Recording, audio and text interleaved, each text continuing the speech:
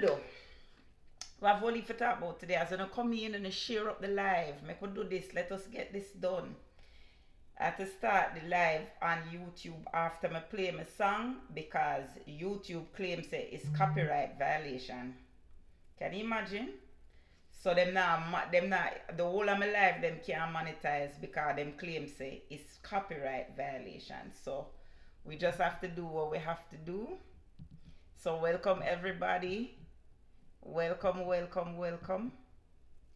Let's just get the show on the road. How are you doing today? It's a Friday. We have a very exciting show. As you can see, we will have the legendary Peter Bunting on the show today. We will have Peter Bunting to talk up the things and say him do all back. So to make sure everybody come, everybody ready. Right? Share up the live. Let us get the numbers up. Let us get the thing up and running. Right? I am doing just that. I'm sharing the live and you should too.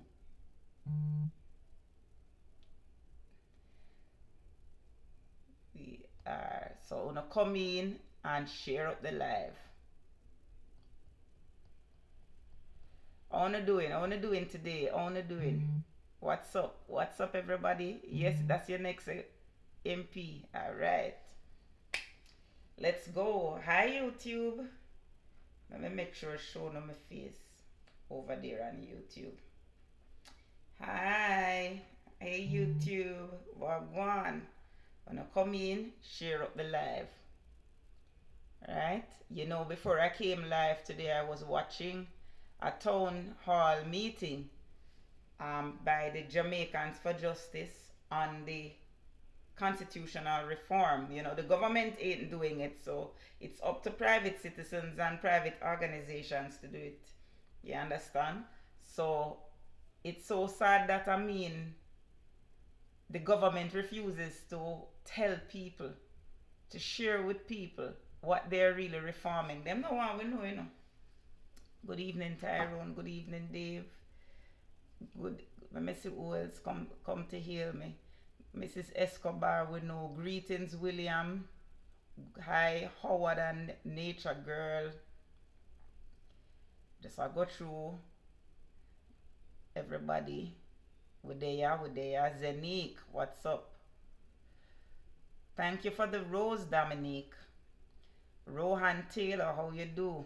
Yeah, it's Politics Church. Yup. Wagwan unfriendly. Wagwan regular. Everybody is on. Yes, you are. And of course, we see you are first. Good night, Florence Hamilton. How are you? So I'm asking you to come on. Let's get the numbers up over TikTok to over 100 so we can start burn the fire. We'll not take too long tonight because, as I said, we have a very special guest coming in our midst, so we have to get the numbers up. We cannot shame PB, right? We have to ensure so the people them come on. You understand? This need crowd. No, so we're going to get the crowd. We are going to get the crowd. What a way them labor right here desperate. Them I get from bad to worse now with this dual citizen thing now. It start make sense now, you know. When I don't realize that it literally stopped making sense. It don't make no sense anymore. I'm busy sharing. If you hear me pausing, it's because I'm sharing. And so should you. Alright, we don't share now. So I could talk now. It don't make no sense again. What I'm going on with is totally pointless. It's utterly ridiculous. It's borderline pathetic now. As a matter of fact, there's an article by Peter Bunting, a commentary in today's Gleaner. And that's literally what he said. You know? Now, here comes this buffoon. This buffoon now named Kamina. According to Kamina, she's not no dual citizen. She just come out probably about an hour ago, you know, to say, listen, she's not no dual citizen. Come out with one video about, oh, she's not no dual citizen. Ask the PB here. Alright, don't give me a minute, let me respond to him.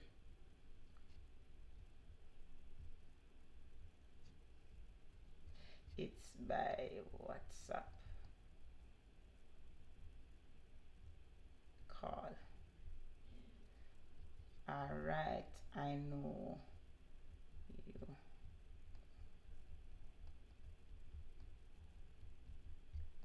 Alright, so I just tell him say it's no. I just telling him says by. Alright. No, she said she come on the video, you know, Brad. She come on the video and said that her father is born in Kingston and her mother is born in Trelawney.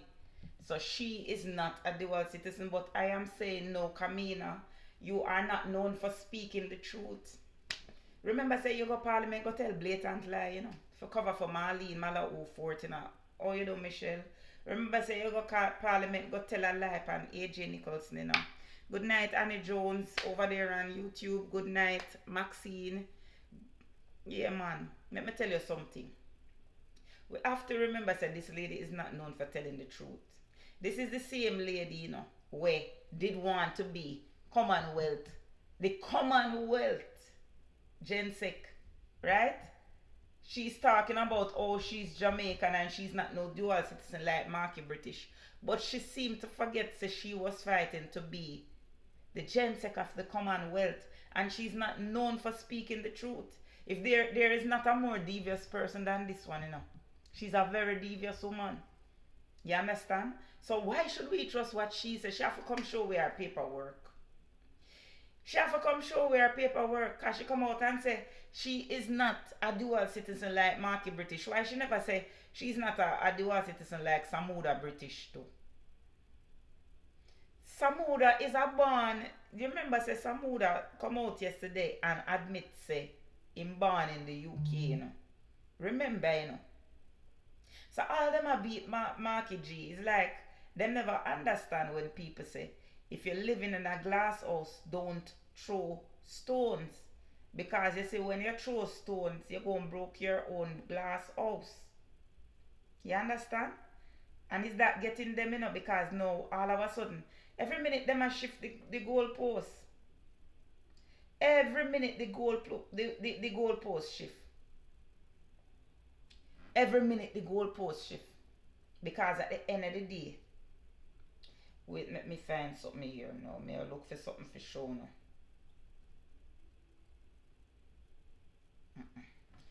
Every minute the goalpost shift.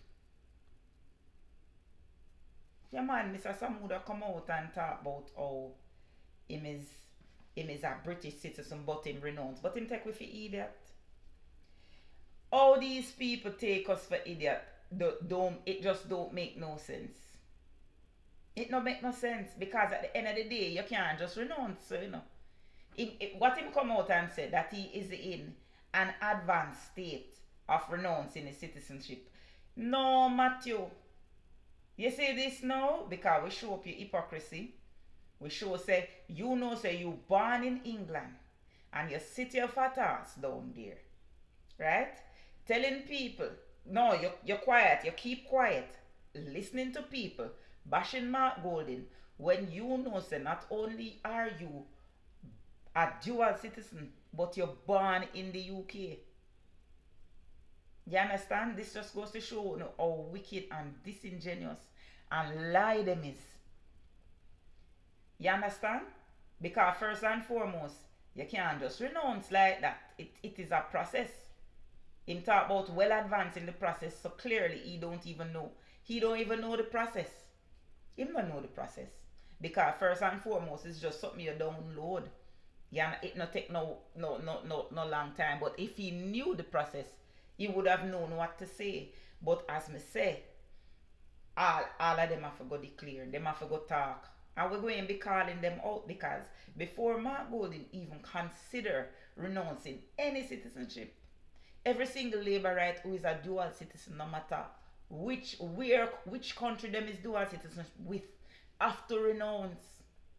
And even when them renounce, it's still up to Mark Golding if him want to renounce. But as Peter Bunting said today in him article in the Gleaner, them reach a point now where it's like it don't even make no sense. You understand?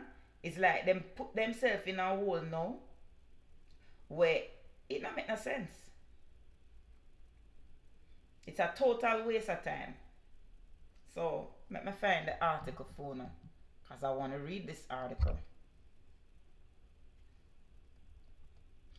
I want to see that horrible accident today with the young lady, the call center worker in Walks Road in Spanish Town. Boy, that area is always so dangerous. It's very sad. Listen to me. When you're walking on the road, want to make sure. I just had to put this in because I was so touched by that accident. Make sure when you're walking on the road, when the kids walking on the road, and them tell them, make sure so them don't have in them headphone. Make sure that they're paying attention, because when you watch the video, you can clearly see that she was distracted. It is so sad. She's a very young woman. I heard that she's only 21 years old and she has a 1-year-old child. You understand? So this is so sad. All I'm saying is, when you're on the road, tell your loved ones to take out the earphone them. Take it out. Come off of the phone for more than one reason. Not only are you distracted, but it is dangerous because somebody can just come up to you and grab the phone out of your hand. You understand? It was horrible. It really was. And I don't like how they are showing her pictures all over social media. It is very distasteful. I always find those things so distasteful when they share the images of people who meet these kind of demise, because we have to think about her family. We have to think about her loved ones, her baby. When that child grows up, he can see the photos of his mother's body. You understand? Dave, no she didn't. No she didn't. Anyway, I could go back to the matter at hand now. So I could talk about Peter Bunting now. Peter Bunting is a social scientist. This is what he wrote today. As a teenager, I fancied myself as a magician and a conjurer.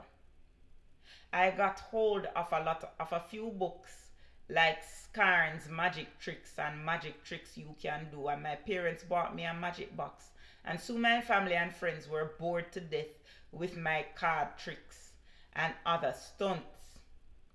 The secret behind making cards appear and disappear is deception. Sleight of hand, the big word for it is prestidigitation. The attention of the onlookers is distracted by your patter and the movement of one hand while the legerdemain is performed. Magicians could never trick me as a child either. You know? Them try, but I always was very observant. Yeah, man, it was terrible. Apples, it was terrible. But as a child, I was a very observant child. So them couldn't trick me either. So, anyway. The attention of, wait, we read that already. I was never able to fool the careful observer, see him saying it. I was never able to fool the careful observer, and as a result, I became a careful observer myself. Right? Well, bullshit antenna is very high. Okay? This whole business of the dual citizenship of Mark Golding is intended as a big distraction while legerdemain takes place elsewhere. Jamaica's present constitution permits Jamaicans who also hold dual citizenship in countries where the British monarchy is head of state to stand for elected office, because presently Jamaica's head of state is the same British monarch. You see? This just goes to show you what a hypocrisy them is.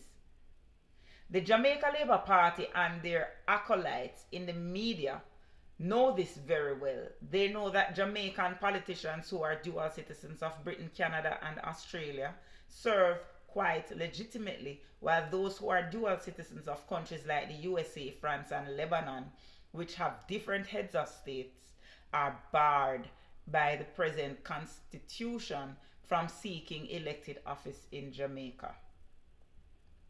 And yet I have heard strident demands from Mark Golding, born and schooled in Jamaica. He attended Campion College, to resign as leader of the opposition and a member of parliament because he inherited British citizenship from his father and holds a British passport. There have also been vociferous demands that Mr. Golding renounce his British citizenship immediately or step down immediately in the face of almost certain defeat. Listen to this now, you know. Listen to this. You know, work with me now. Listen to Peter Bunting. This man has written a lot of anti-PNP articles in the past. So I want to listen to him. I want to listen to what this man is saying carefully. Carefully.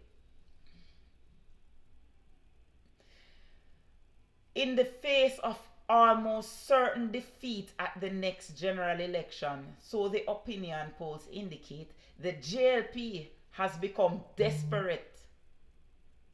It is actually quite pathetic. You wanna hear what the man say?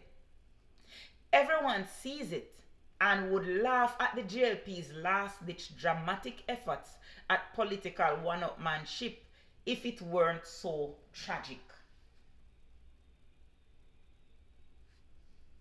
When Jamaica becomes a republic, and it will happen one day, the British monarch will no longer be our head of state, and all these politicians on both sides who now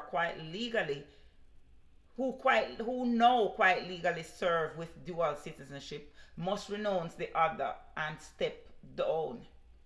Until that day, British Commonwealth dual citizens sit in Garden House quite legally. By the way, Gordon the parliamentarian also had a British father. So that is George William Gordon. Where Gordon House named after, his father was also British. Yeah, he was a dual citizen too. And he is a national hero. And the parliamentary house named after him. You understand? On this matter, the antics of the JLP should be ignored, and we should keep our eyes open and carefully watch out for sleights of hand and prestidigitation and generalship.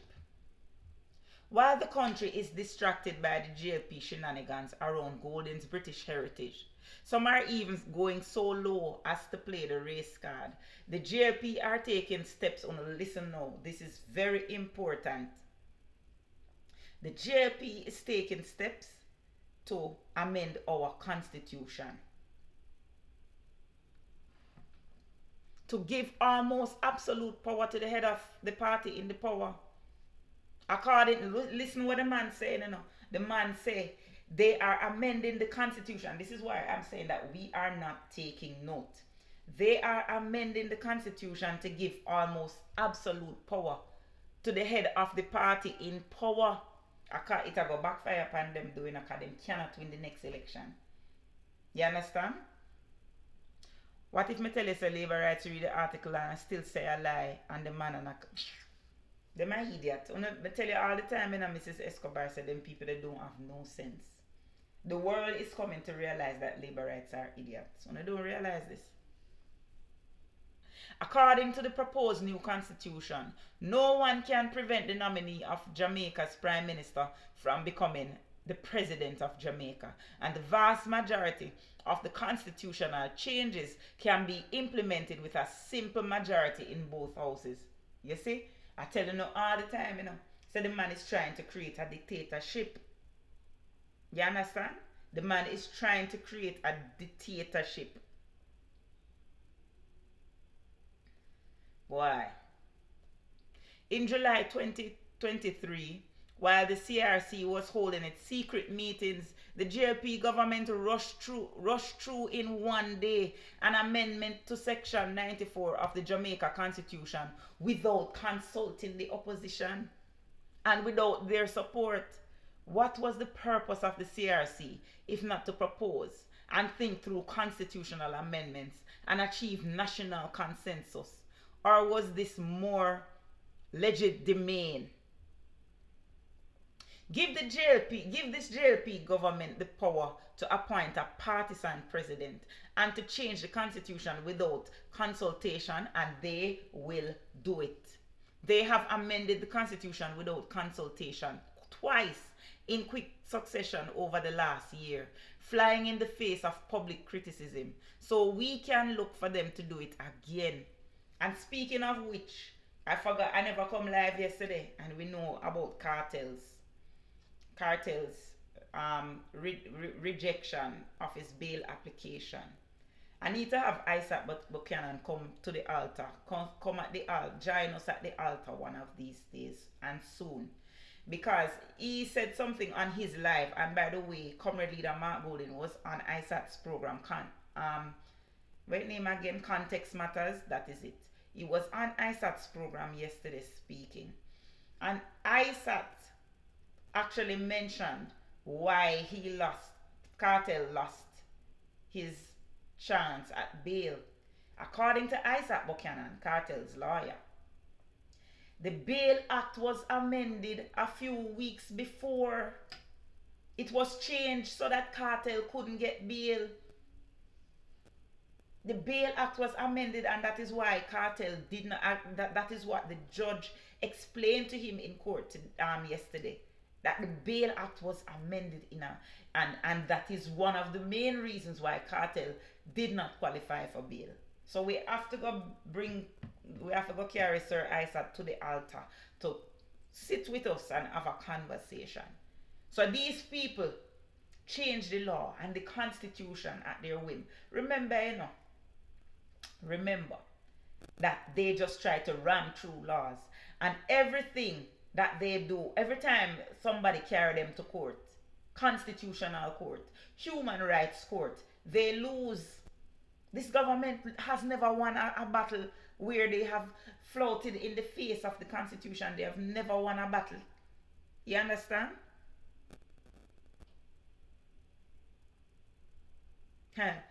Florence, you're lucky say you have time I notice them. You're lucky say you have time notice them. When they see somebody, me just block them and don't. Me can't bother. Now argue with them. They have amended the constitution without consultation twice in quick succession over the last year, flying in the face of public criticism, so we can look for them to do it again. Certainly they are not worried that the present opposition will return to power and do the same to their disadvantage. Pay close attention to the events over the next year. Now listen carefully, The man say, pay close attention to the events over the next year. Mark Golden was unwise not to immediately and openly declare his dual citizenship when asked. He's on solid legal grounds and had nothing to fear, but he had everything to lose by obfuscation. The PNP still gives us little to attract our votes. Remember, me tell you, this man is not a comrade. They seem content to bide their time as the JLP commits political suicide with high-handed demagoguery and a series of unforced errors. So he's saying that we are biding our time while the JLP makes all of these efforts, all of these errors. If the PNP forms the next government, I have absolutely no idea what they would seek to do in office. Will they take the Patterson report on education transformation seriously? You see, this goes to show you, say, a lot of people not listening to the PNP, right? They not listen. Because we talk about all these things, but them not listen. Exactly, Hugh Miller, they are constantly moving the goal post. Because we hear them attack now. Remember now, Matthew is a dual citizen. Right? We hear say, well, Kamina says she's not a dual citizen, but we don't believe her because she's a known liar. She has lied on numerous occasions. Right? That is a proven fact that cannot be denied. She can't deny that. Right? Remember, say, she get threatened with lawsuit more than one time, You understand? Remember, say, She's not the only one either. Thomas Tavares, Vincent President of the Senate, him need to come declare him and too. You understand? Matter of fact, let me show them to Uno. One by one. Make I show them to Uno one by one. Cause as me say, this don't make no sense. Where them there? We have a heap of things to talk about, you know. We have to go. After we done talk to Senator Bunting, we have to go in some things after that. We hear said this year 1 year Robert, Big Rob Miller, him have a Canadian wife who filed for him and him have dual citizen. Right? We hear about him. So them have to go come prove themselves. Where is something them there? Where the whole of my picture them there? Hey, no, hold on a minute over there in TikTok land. Don't move.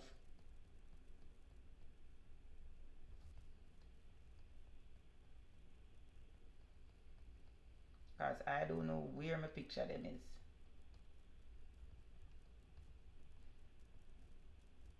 Tarati.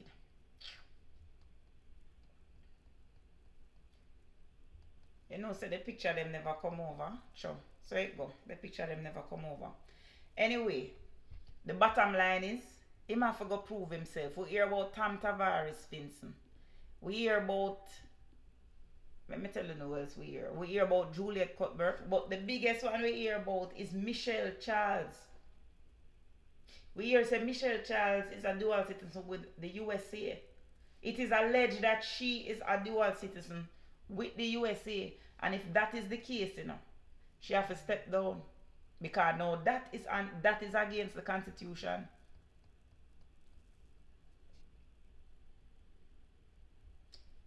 An hour. All right, we're going to call Sir Bunting now. We are going to call Mr. Bunting now, and then we're going to come back. We're going to have a long night. It's going to be a long night tonight. So just sit tight, make sure it's so comfortable, because we're going to call the big man now and have the conversation. Are you ready? Alright, let me just make sure say YouTube can see my face. One thing I'm committed to do, we have to introduce all of our...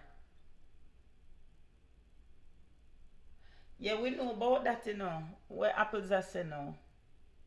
The Israel, yes, we hear say one of them is Israeli too. I don't know about it, but we have to investigate, because let me make a big statement today now. Let me take them on in anyway. We are not going to water down the argument. We are going to fully ventilate it. All right.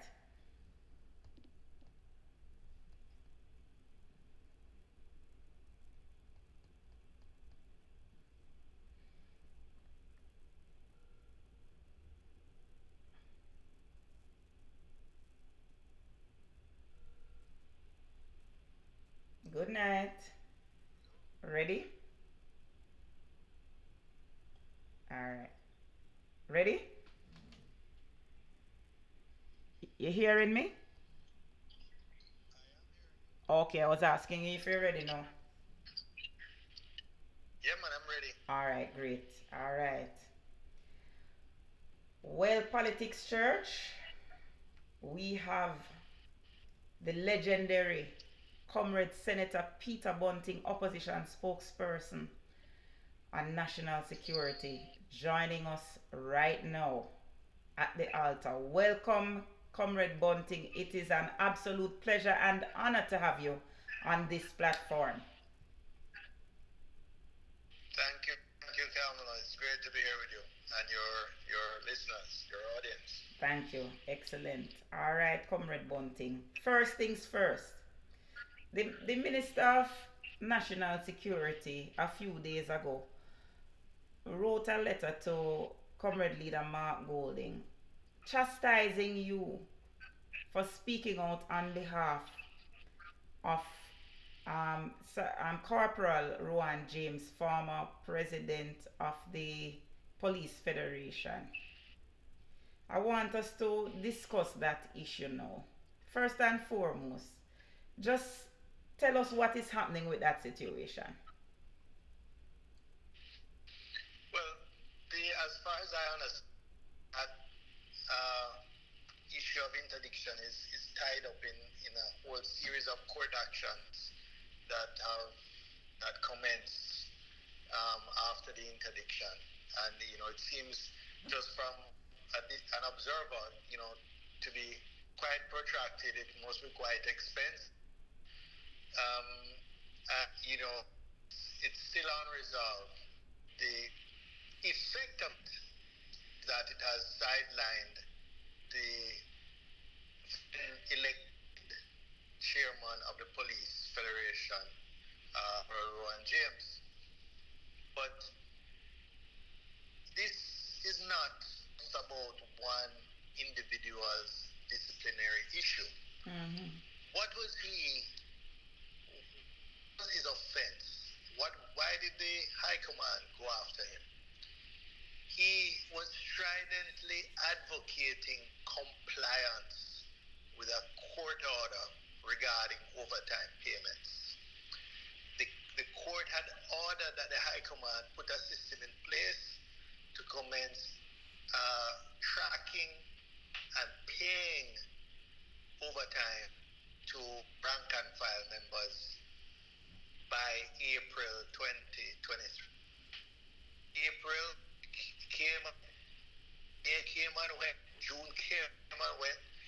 I think his statements were made in July, going from recollection now. Months after the court order date had and there was still no effective system to pay this overtime. So it's not like, he was asking for something unreasonable. He was asking the High Command to comply with an order of the court. So they, in a sense, were in contempt of court, and he was insisting as effectively the internal relations advocate for the rank and file members that the court ought to be upheld.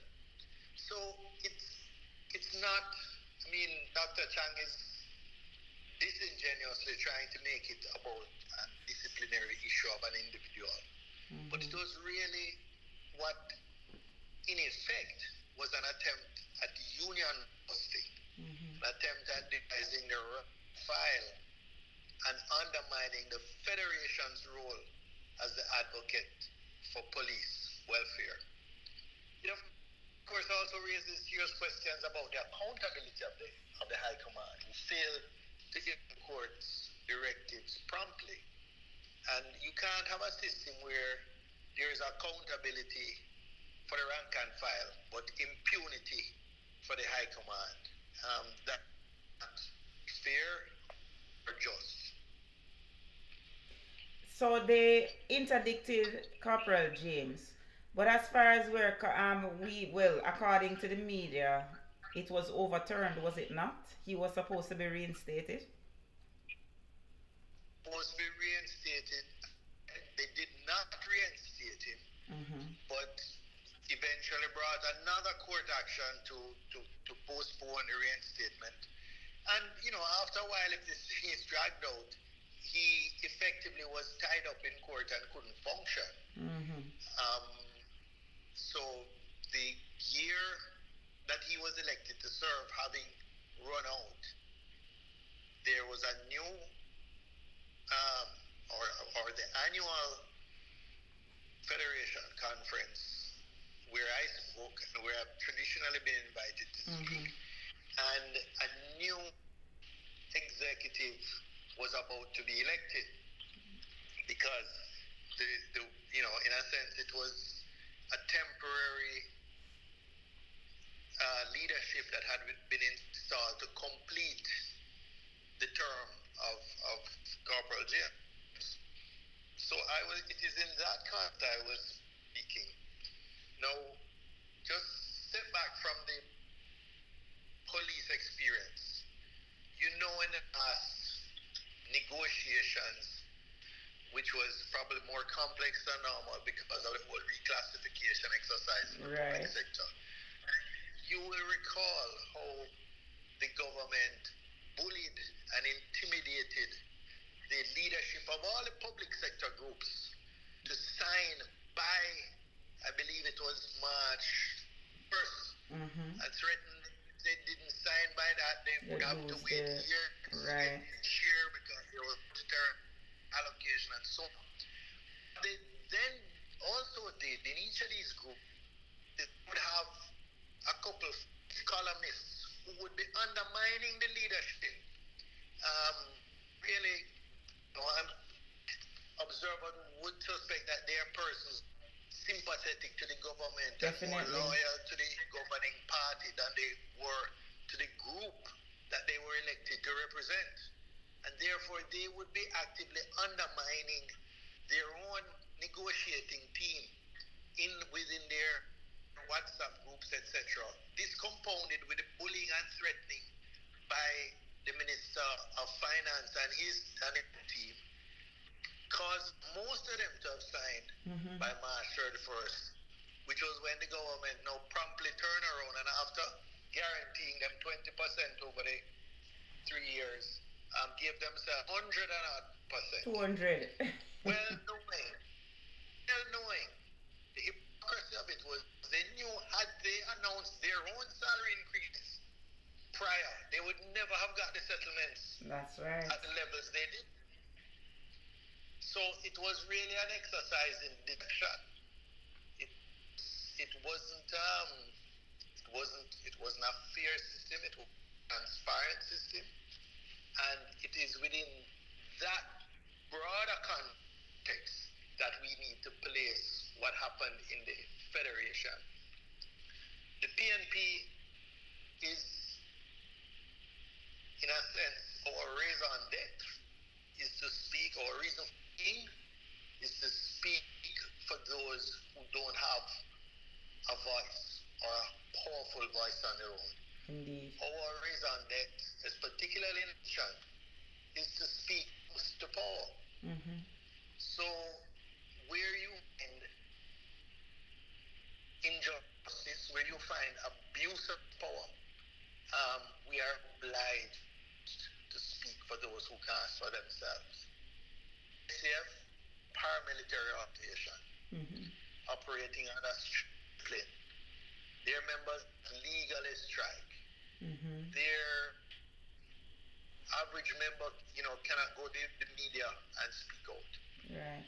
Therefore, the Police Federation, which is effectively serving as the police union, and for those who may know the history, the seed of the Police Federation was planted at the same time as the whole union movement in the sugar workers agitation in 1938. The same men that created the People's National Party and many of the unions. That was when the police, rank and file, started agitating for their own union. Indeed. Simply after some years of negotiation, they were told they couldn't get a union, but they could get a police federation, which effectively served as the union, as the police union, advocating for their rights. So when you take punitive action against the leadership for performing that advocacy role, this is, as I said, akin to union busting. It is petty, vindictive, and intolerant. My advocacy, my statements were all about preserving the independence and effectiveness of the Federation and ensuring that all rank and file members have robust representation free from undue influence, whether from government or high command. All right, so the day that take us back to that fateful day, at the Police Federation, I guess that was their annual general meeting or their whatever it is, the caucus that they had. What exactly happened? Because some of us saw the video but didn't understand what was happening. Just explain to the listeners what exactly happened at that time. Well, they have an agenda, a 2-day agenda Mm-hmm. of these of this annual conference. And typically on the first day they have a series of invited guests who speak. Uh, the minister speaks. The keynote address is given by invited guests. The shadow minister speaks. The commissioner of police usually speaks also on the first day. And then the second day is really the working and voting session Voting day. Mm-hmm. for the conference. This is Also, the on first that time you're first, speaking in your capacity as spokesperson on national security. I think I've been somewhere between 12 and 15 federation conferences as either minister or um, Spokesperson. opposition spokesperson. Mm-hmm. So very familiar Okay. with conferences. Mm-hmm. And I can tell you, this one, there was a different mood at the conference. From you got there, you could feel the different mood. To begin with, I told Frank every other that I could recall is usually somewhere like Montego Bay or Trelawney. Mm-hmm. And you're based in Kingston, where I'm coming from Kingston. And often my slot on the agenda is at 9 in the morning or 10 in the morning. They usually offer you or Share the live, one of your comrades. rooms Share the live. so that you can come down from the night before, which I enjoy doing because it gives me a chance to engage in an informal setting many of the delegates and to hear what their concerns are. I speak either as minister or as shadow minister, speak to their listening. I can speak to the issues that are of concern and the issues that matter for them. This time a room wasn't allocated for me. So, but happily I was able to arrange my own room. Okay, so you paid to stay. I paid to another hotel, not the one where the conference was being kept. And Interesting. And I got there, so I was still able to very early before, just as when a lot of delegates were still registered and speak to people. I saw that, as I said, the mood was much more low energy, timid, than typically. Like a timid mood. Might be another way of describing. Mm-hmm. That might be a fair way to describe it. Mm-hmm. And when the Federation chairman gave their report, again, that is usually the fieriest part of the conference. Okay. Because here they have an opportunity to face the minister, to face the permanent secretary, to face the high command, and strictly advocate for the issues that are for the rank and file. Is that the same meeting that Corporal James made his comments the last time that they interdicted him for? No, he made it at a funeral. Okay. I think it was yes. Paul. Mm-hmm. But this is very much tradition of the leadership of the Federation. They make very fiery presentations at the conference, and in between, because similarly at the at the funeral of fallen members, they often have this audience, senior audience members there who they otherwise might not have access to. So they use this opportunity, and as I said, they're advocates and they're union reps. So they typically are quite skilled at finding opportunities to advocate for their members. And at the conference, they're also campaigning for re-election. Right. Mm-hmm. So in their presentation, they want to demonstrate, give an account of their stewardship, so to speak. But in this case, I would say that presentation much more conciliatory than normal. Of the 12 or 15 conferences I've attended, this was definitely the most conciliatory. So I would say the whole conference was proceeding, in quite a placid way until I spoke. Mm-hmm. And, when I started speaking, and perhaps, I said, perhaps I had to be the most strident advocate of all those present, since because of the interdictions, etc. And also because of the fact that Corporal James was barred from attending the event. From even attending, even as a guest, he was prevented from attending. So, as I started to speak, it was clear that I was getting strong support from the audience of delegates. I mean, I was, definitely whatever I was saying was resonating with the audience. And the thing that triggered the interruption was when I said that, having outlined what happened to Corporal James, having spoken about the history of the Federation being effectively the police union, and in many cases not only the advocate but a pressure valve for release of the stress of the members of the body as a whole, because policing is one of the most stressful jobs worldwide. Yes. Particularly in Jamaica, with one of the highest violent crime rates. If not the highest. I said, if not the highest.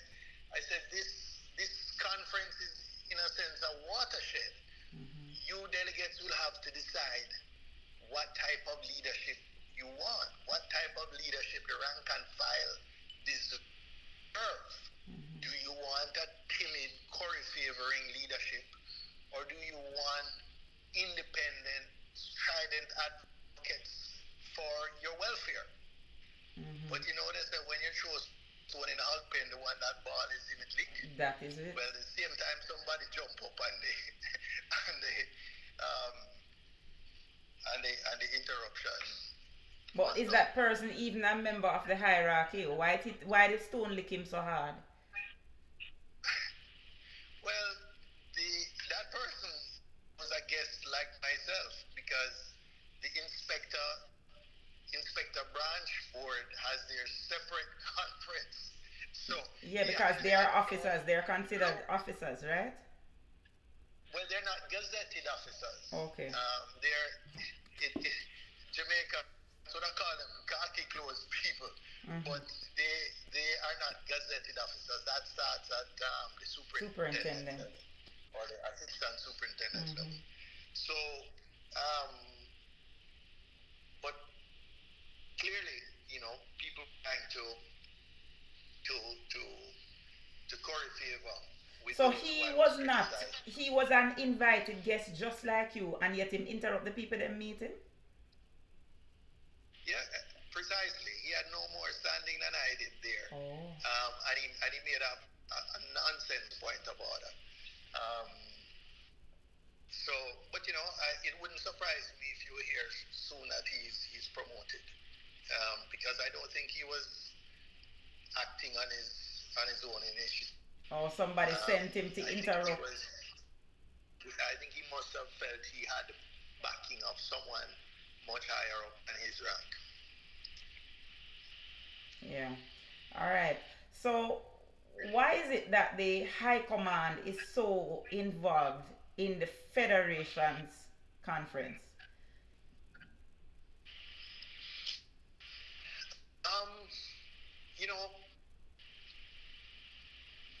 Again, because of the paramilitary structure. The JCF has always been a paramilitary organization, not a military paramilitary. Which former commissioner was an ex-military man. Well, I think if you even look at it, change in uniform, etc., during his time, you will see, and the use of states of emergency as a routine use of policing. There was a gradual militarization of the JCF. In the military, it's a different organization. So are not and others, and it's a brigade. It's not for reason why. It's just you to do or die. Right. And so it has very rigid rank structure, and the individual soldier gets his ass through that structure. And so officers in a military are not accustomed to be questioned or challenged at all. Mm-hmm. It seems to me this was the kind of approach that was being transferred to the JCF. But in fairness, no one who is a CEO of any organization is going to be comfortable when they're being challenged by the union rep or the employee delegates, etc., and called out. Mm-hmm. No one is going to be comfortable with that. But part of leadership is being able to accept justified criticism. Mm-hmm. And if you honor the bigger picture, you know over time that if you are removing the one pressure valve, mm-hmm. the most important advocate for your employees, but the rank and file members in the case of the JCF, then it is going to a toxic culture over time. Not the type of culture that would be the most motivating, be the most rewarding for persons to work in. Definitely. So you as a CEO, and I have been, in many different types of organizations. Yeah. In the private sector, in the public sector, I've chaired the National Water Company time when it had thousands of employees. So I have significant experience. I've chaired companies in other countries in the Caribbean. I've dealt with unionized companies that run non-unionized companies. Mm-hmm. And I understand that sometimes you have to maybe take a little employment, take a little criticism, swallow your own pride and your own ego. All right. In the long-term interest of the organization. And that, I think, is what could easily have been done without precipitating this, this whole controversy. And that is what has pitted the High Command against the rank and file. Mm-hmm. Not anything that I said at the Federation conference. Okay. So, I'm glad you brought up the fact that the police has been militarized by the former commissioner. Now that there has been a change in the commissioner, have you seen any difference in his approach to policing? Well, the first thing is that I haven't seen any recommendations for the use of states of emergency. Okay. And I don't get the impression that is his inclination. Interestingly, this year when no state of emergency has been called, has been the lowest for murders since they came to office 8 years ago. Yeah, and they're using a lot of your recommendations as well, I noticed. It's for the first time, for years I'm making the point, for example, that bring up the police officers to the establishment level. It was a couple thousand below. That would have a much bigger impact than the state of emergency. And in fact, the state of emergency caused a misallocation of resources. Yeah. Misallocation of resources to the military, who cannot replace the police. Misallocation of resources within the GF.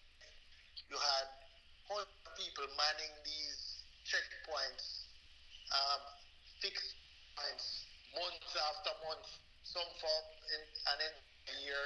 I don't know, you'd have had to been, crazy to be a man and caught in one of those checkpoints when you know it's there. Yeah. Day after day, week after day. month after month at the particular location at the entrance St. James. All that was just performance. It was PR. It no impact. And so those years where the state of emergency was being used intensively were perhaps the worst years in a decade and a half in terms of the number of. It was just a misuse of resources and abuse of the Constitution, an abuse of many people who were deprived of their liberty, and it does. So the one thing that I would credit the new commissioner for is he doesn't seem inclined to go in that direction, and I think that's a positive. It's only been a few months, so I think it's a bit early for me to be, a performance evaluation. Right. So I will withhold that. And in any event, it's not. That's the Police Service Commission's job. So I prefer to comment on that. And as I told the former commissioner at our Police Officers Association conference, I respect the separation of policy from operations. However, if you stray into the policy area with your public comments, then I am going to respond. Yeah. So when, for example, the Parliament refused to extend the state of emergency, and the DF still had a public relations campaign going, advocating for state of emergency, then I think he had erred. Overstepping bounds. Having come over in Parliament, he must accept it. Yes. And within the constraints that he has been given. So when you come in political realm or the policy realm, to get a response, if you stay within the bounds that the JCF Act creates, ministers handle policy, commissioners handle operations, then I try not to publicly take on the commissioner. I've seen where a lot of your recommendations during the SOE, you were during Peter Phillips' time as opposition leader, you were perhaps the only person at one point who stood against the SOE. Not only did you stand against it, but you came with recommendations. A matter of fact, I see them teeth almost your whole speech about the ballooning. All of a sudden, it became the it word for it became the it word for the government about the ballooning, and you are the first person I heard talking about the ballooning of crime because of the states of emergency. So now I realize that they are using a lot of your suggestions from your previous stint as when you were opposition spokesperson on crime during Dr. Phillips' time. Yes, I wasn't actually the only person who voted against it. At various points, many others voted against it. I would say I was the most consistent. You first. The first time it came up, you were the only person. Yes. On the first occasion, I stood alone. Yes. But thereafter, on some of the renewals or the extensions, others have voted against or abstained, and many absented themselves from the vote. Right. So basically, I want to discuss now your approach to crime fighting, because your approach is more community policing. I want you to expound on that because it's something I took a lot of interest in. And the program that I used to do years before, Monday Morning Meds, I spoke to Dr. Herbert Gale about about changing the whole approach of the police force. And I know that you had a task force with a lot of these social scientists to come up with a policy for crime fighting. I would love to talk about that. Well, early, early in the day, I think it was perhaps in my first hours, certainly within I think the first 18 months, minister. Um, things, couple of things happened. One, I was invited uh, by the U.S. Uh, I can't remember if it was the government, the embassy here, or the State Department, but to participate in a conference that they had, prevention conference, where a number of cities had formed a partner. Cities with high crime rates, almost similar, almost as high as Jamaica, and they formed a partnership to come up with solutions to deal with it. And what struck me at this conference was that the CDC, the Center for Disease Control, the epidemiologists were almost leading the response to the epidemic of violence that these cities were experiencing, much like the epidemic of violence that we were experiencing in Jamaica. And that was instructive for me, and I started pursuing that model and following that model. We brought down the professor, I think he's Dr. Gary Slotkin, who was the founder of Cure. That model was the crime as a disease model. Correct. And he spoke at the launch of the Unite for Change initiative, and amongst others, we engaged them to train the Peace Management Initiative, to train a number of violence interrupters, not just in Kingston and St. Andrew, but also in St. Catherine and in St. James, and started to roll out that model where we recognized that violent crime, in a sense, was an outcome. This didn't stand alone.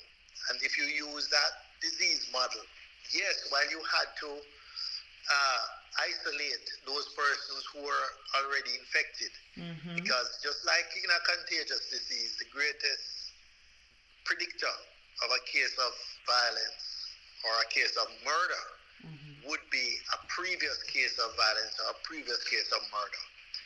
And so when you had an outbreak, you had to contain it. That's when you need the police and the military to blanket the area and put it under curfew and so on. But as a short-term containment, you have to go back to the source of the infection. So let's say the source of the infection, following the disease model, if the source of the infection is a virus that's transmitted by mosquitoes, then we need to find the mosquito breeding sites and eradicate them, right?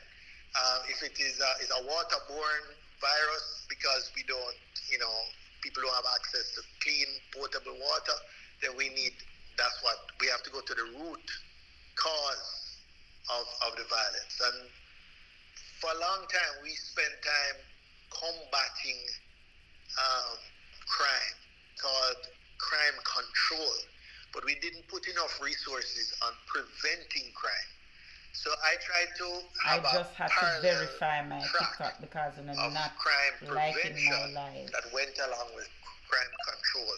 And it was in that crime prevention where we combined not just the community policing, but partnering with civil society, partnering with the church, partnering with the Ministry of Education, partnering with local government, trying to see how we could, along with Ronnie Twaits, for example, we introduced then what was a pilot then, school-wide positive behavioral intervention support system at grade 7, where we started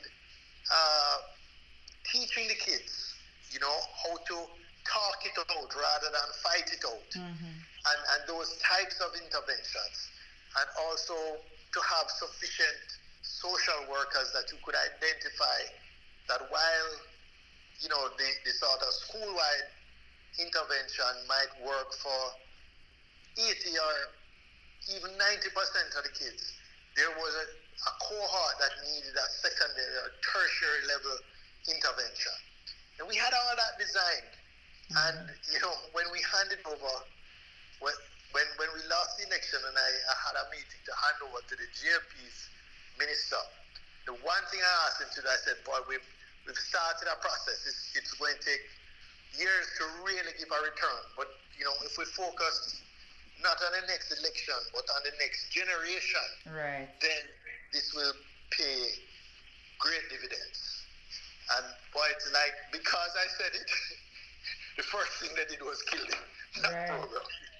You know, which was really, really unfortunate to my mind, because I think after 9 years and thousands of unnecessary deaths, they're coming around to that position, but, you know, almost reluctantly. But because the private sector now is pushing Project STAR, which is essentially a private sector version of Unite for Change, and what we were doing through the CSJP and so on. Because they saw that these, you know, states of emergency not only don't work, but are proving to be unconstitutional each time they're challenged in court, I think they've had to, by default, fall back on the strategies that I've been preaching and recommending all along. It's not for want, because I've always participated in the CMOC, the Crime Management Oversight Committee. The government eventually stopped participating there. Right. But it's not for want of sharing ideas and sharing the best practice that I had picked up over time. But that is not the only idea or the only project that they have literally demolished for you, because you also had the Stay Alert app. Stay Alert app, which was using the technology, which was especially useful in a country like Jamaica. So the Stay Alert app had a number of features, but one of the most interesting features was the panic button. And essentially, you know, if you can afford it and you have one of the guard companies, you can pay them for a response, monitoring and response service at your home. Right. And you press a panic button, and hopefully within a few minutes you'll see a response team from that guard company, security guard company, come to your gate to check out what's happening. In the Stay Alert app was giving that same facility to the average Jamaican who couldn't afford it. And what it was doing, it was using the technology of GPS, which every smartphone has. Because when you live in a informal community, or even a rural community, you know, if you lived in Banana Ground, for example, in Manchester, you don't have many homes that have street numbers or street names. Right. But with the Stay Alert app, when you press the panic button, it also sends your GPS coordinates to the police control center. So the response team could find you using Google Maps or some equivalent GPS mapping system. And the phone would keep pinging. So even if you were running away from somebody, trying to get away from them, it would keep sending back your current location. So it really, in a sense, was almost ahead of its time, because this was offered more than 10 years ago. I don't think that was maintained. But the other example I wanted to point out to you of the need for community policing, we had, I remember one evening I was actually at the PNP headquarters at an executive on a Monday evening, and I got an urgent message from Andre Hilton, who was the MP for Eastern St. Andrew. and he said, boy, there was a whole heap of unrest up in Augustown because the police or the military had beaten up a shopkeeper because he had closed the shop by 6 o'clock, which was the curfew time of closing. That was the report that he gave me. And I excuse myself, I went straight up to Augustown. There was a big demonstration in front of the police station. People were saying I'm going to burn it down, and I pleaded with the residents to remain calm, and that I would come and meet with them at the school the following evening, which I did. And I brought the commissioner with me and the MP and so on. And I really listened. It was a good big turnout, hundreds of people. And they said how the community had been under curfew continuously for like an entire year. Right. But it wasn't enforced consistently. So on paper it was under curfew. But in reality, after the first few weeks, people who come in late, they needed to stop at the shop to get food, etc., etc. And it was sort of enforced just sporadic, and it became quite arbitrary and capricious when it was actually enforced. And it's when they said that this person who was a shopkeeper and an elder in the community, no bad man, no bad boy or misbehaving person, was roughed up by the security forces because he didn't observe it when, for the previous 3 weeks he had been open and nobody had said anything to him. That, I said, no, something has to change. And when I tracked it, the minister was signing, not just me, but my predecessor was signing thousands of curfew orders every year. And I decided, no, I'm going to discontinue that. And we dropped from something like 7,000 curfew orders for the previous year to something like 30 or 40 for that following year. And so it was virtually eliminated. And that was the year actually that we've had, that has been the lowest year for murders in decades in Jamaica. Like 1,004 or something like that? Right, 1,005.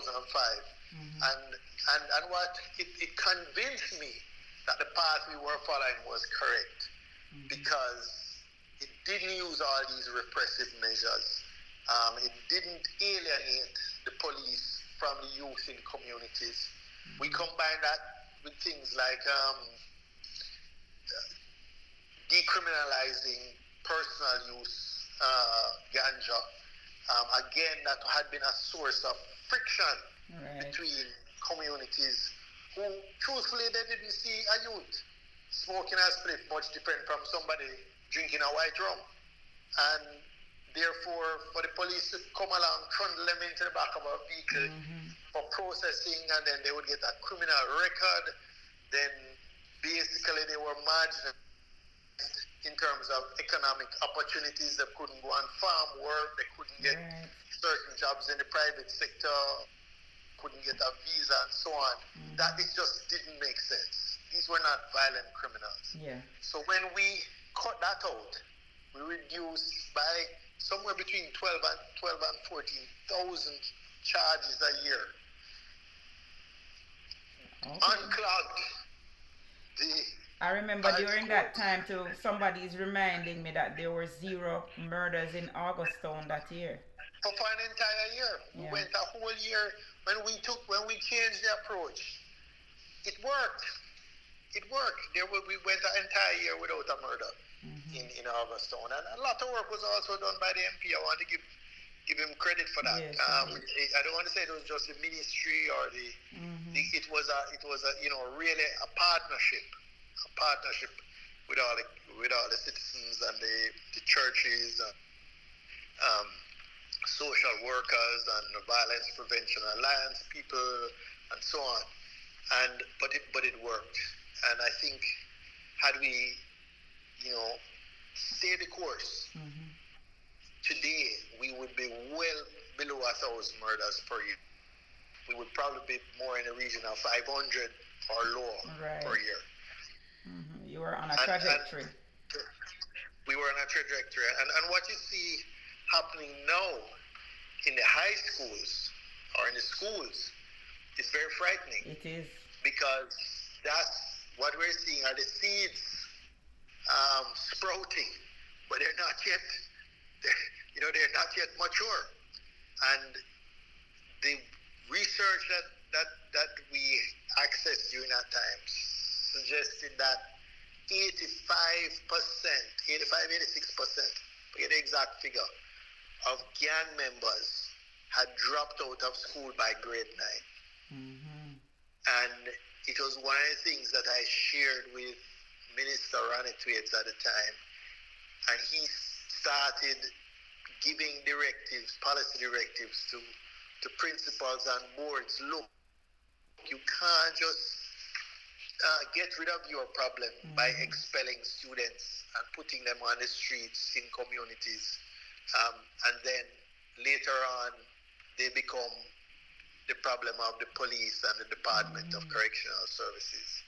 Just by keeping young people, young men in particular, in a structured school environment until they were 18 or whatever, 19, whatever the normal time was, reduce their chances of ending up in a gang by about 80-85%. All right, I'm glad you brought up the issue with the students, especially now, because we're seeing where this government is advocating for harsher penalties for children who face criminal charges. I think it's quite ridiculous. Can you tell me your views on what is happening now? The utterances of the Minister of Justice, for instance, as well as the JLP, what's his name? The JLP chairman, Robert Montague, in terms of these harsh penalties where children are facing like prolonged jail time if these people have their way. It is gallery playing, and it is reminding me of, it's harking back to the times where we brutalized people who were convicted of some criminal offense. One of the things that I really believe is essential is for our policy to be data driven. Mm-hmm. It's been studied all over the world that it is not harsher penalties given to younger and younger children that is going to reduce the level of crime. The much more important thing is to reduce the likelihood of being caught and convicted for crime.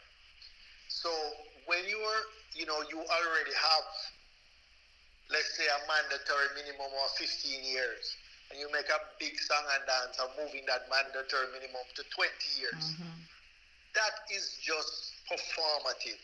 That is empty public relations. It makes absolutely no difference to the level of crime. It is not going to be a deterrent to somebody who understands that the chance of them being convicted of the next murder or shooting is 5%, for example. Right. That is not going to be. If there's a 19 out of 20 chance for them to not be caught and convicted, then you raising it to 100 years is really not going to make a difference. So we really need policy to be research based, to be data driven. And that's why, for example, when we introduced or when we supported the PMI and helped train them and raise their level of technical competence in the violence interruption program, this was something that had been studied and validated in Boston, I believe it was, where Cure Violence did their pilot work. So you weren't guessing. A lot of some of the interventions that are pursued are just, people going by the seat of the pants and saying, this must be a good thing. And it might be a good thing on the margin, but when you have limited resources, you need to spend them where you're going to get the highest return. Yeah, yeah. No, that you mentioned a while ago. Lord, I lose my train of thought. There's something that you spoke to a while ago that I wanted to bring up. Um, because I remember that Andrew Holt, yes, the violence interrupters. The other day, I think it was you who suggested that we bring back the violence interrupters program, or probably I know Horace Levy also said something about it. We heard the Prime Minister himself saying that many of the violence interrupters were criminals looking for a way to whitewash themselves. You remember that comment? Yes, and that's absolute rubbish. Right. Um, the violence interrupters were selected from people who lived in the communities, people who were respected, not people who were perpetrators of violence, not people who were dons, but people who had the ability to engage the the young people in particular who were the primary both victims and perpetrators of violence, and cut the cycle of reprisal and counter reprisal through reasoning it out with them. So they were basically upstanding citizens in the community. They were either upstanding citizens, or they may be persons who had flirted on the margins of gang activity at some point in their lives, but had pulled back from it. So they knew they could engage and say, look, I'm not I'm not naive to the pressures you guys face. I was almost drawn into it myself. Okay. I had a brother, a friend, an uncle, a father who might have died from this. So this is not a divorced reality for me. But these were not persons who were wanted persons. These were not persons who were engaged or had any criminal record or anything like that. But certainly people who could understand the community dynamic, understand where the threats for reprisal and counter reprisal, and who were trained how to intervene to prevent it.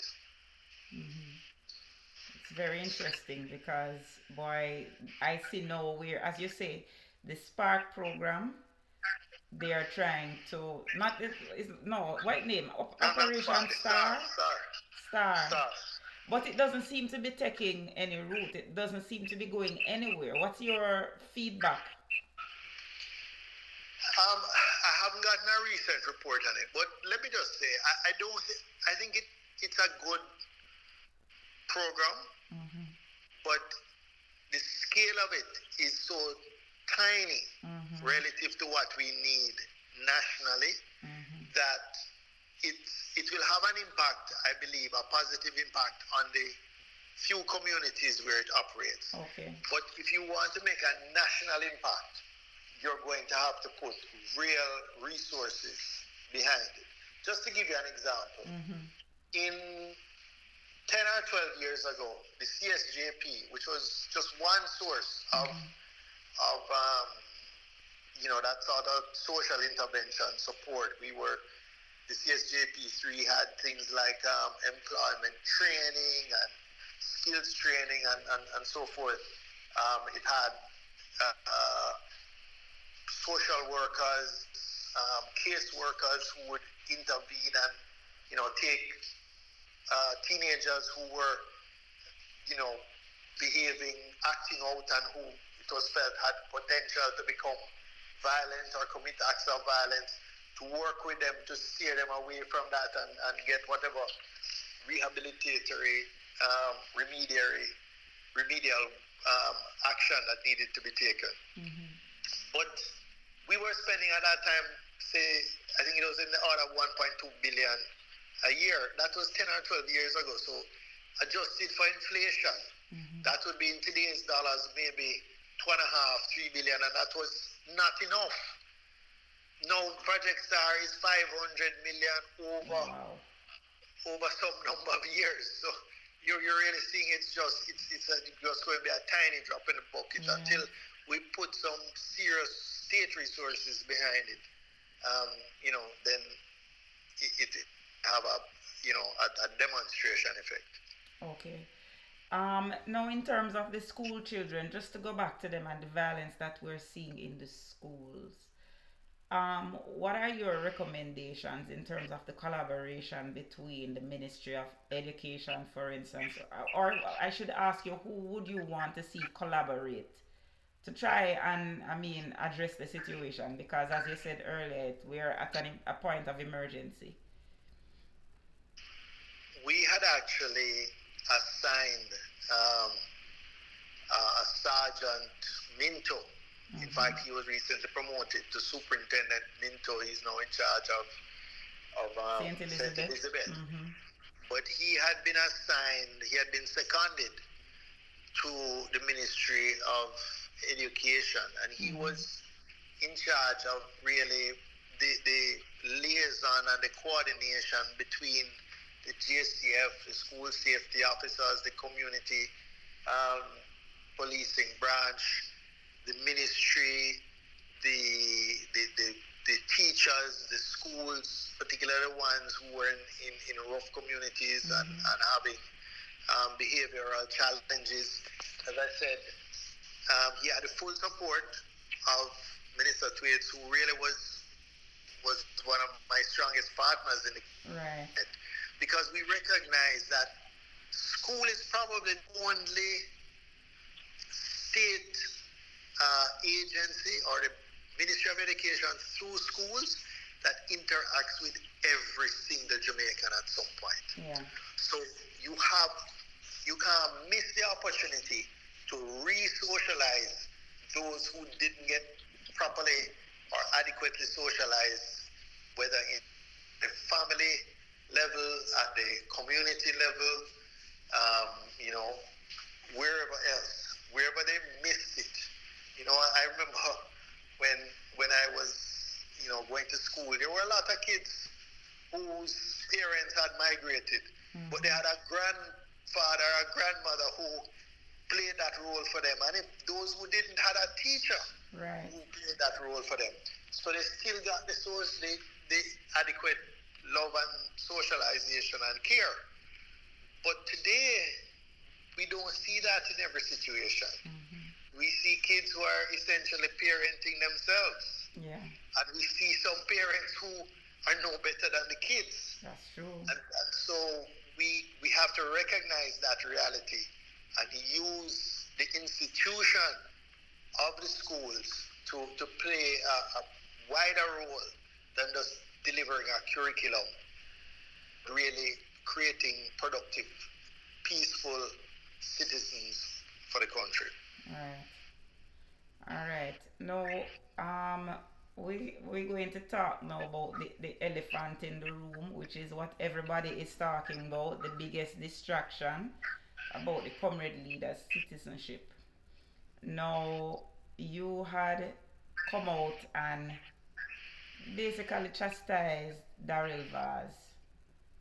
Now, before we even talk about Vaz, let us talk about the fact that so many of the labor rights are actually dual citizens themselves. We want to talk about that and the hypocrisy of what they are trying to do now.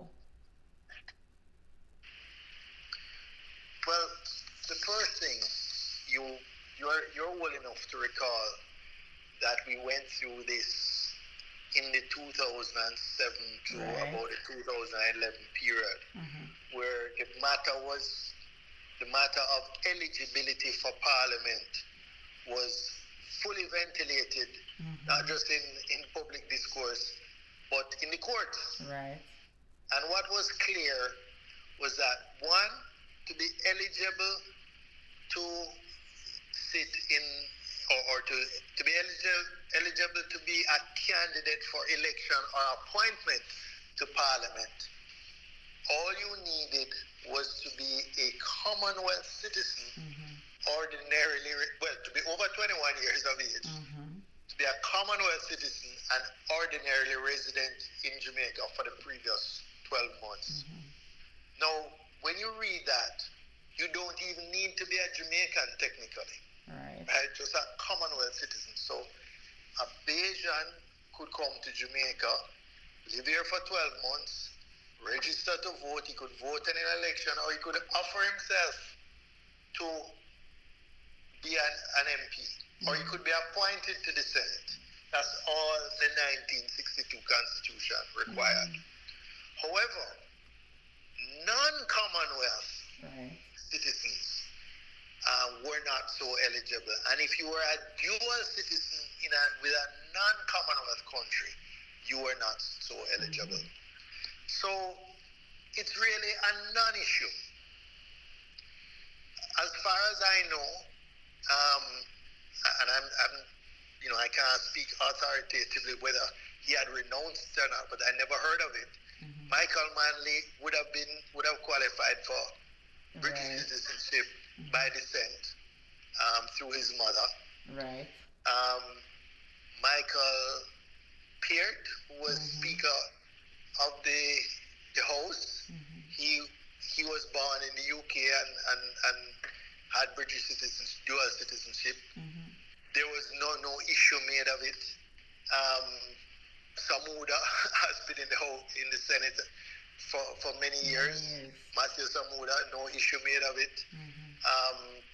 The president of the Senate, I know at least at one time, who was a dual citizen. I don't know his status now. But many people, and then there have been people on our side as well who have been, married to a foreign person and would have got a citizenship through marriage, and so on. It has never been an issue as long as it was the Commonwealth country.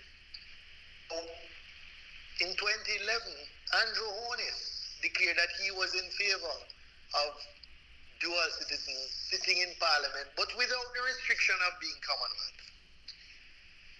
Fast forward to the CRC's report.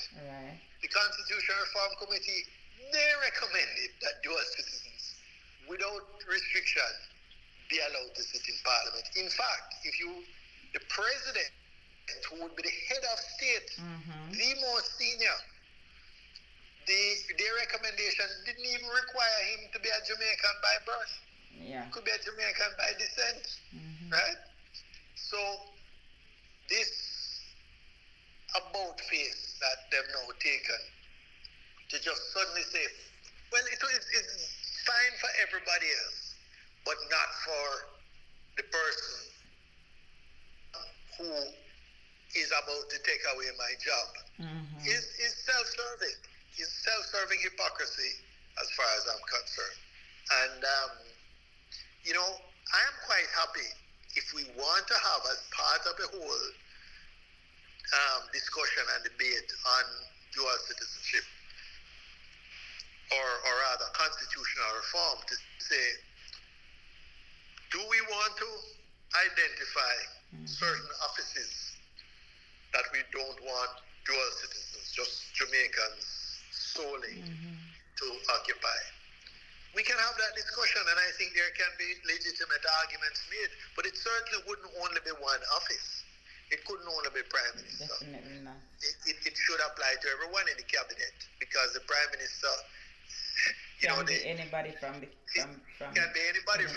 Parliament. But not only that, but the ultimate decision-making body is the cabinet in the executive, not the Prime Minister as an individual. It's the cabinet acting collectively, right? So, to my mind, nobody who is Minister of National Security should then be, if we're saying we want no divided loyalty, then nobody in cabinet, certainly nobody who is Minister of National Security, nobody who is Minister of Foreign Affairs. Should we have our Chief of Defense Staff have divided loyalty? No. Exactly. The Commissioner of Police? No.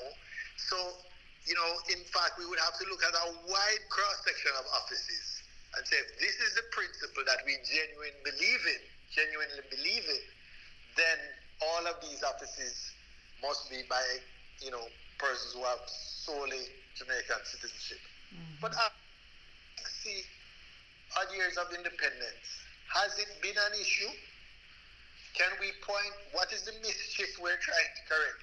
Have any of those persons who have held dual citizenship, Commonwealth dual citizenship, and sat in Parliament, done anything to suggest that they had any divided loyalties? I don't think so. So what's the mischief we're suddenly trying to fix? The mischief is Andrew Holness being about to lose the election. Exactly.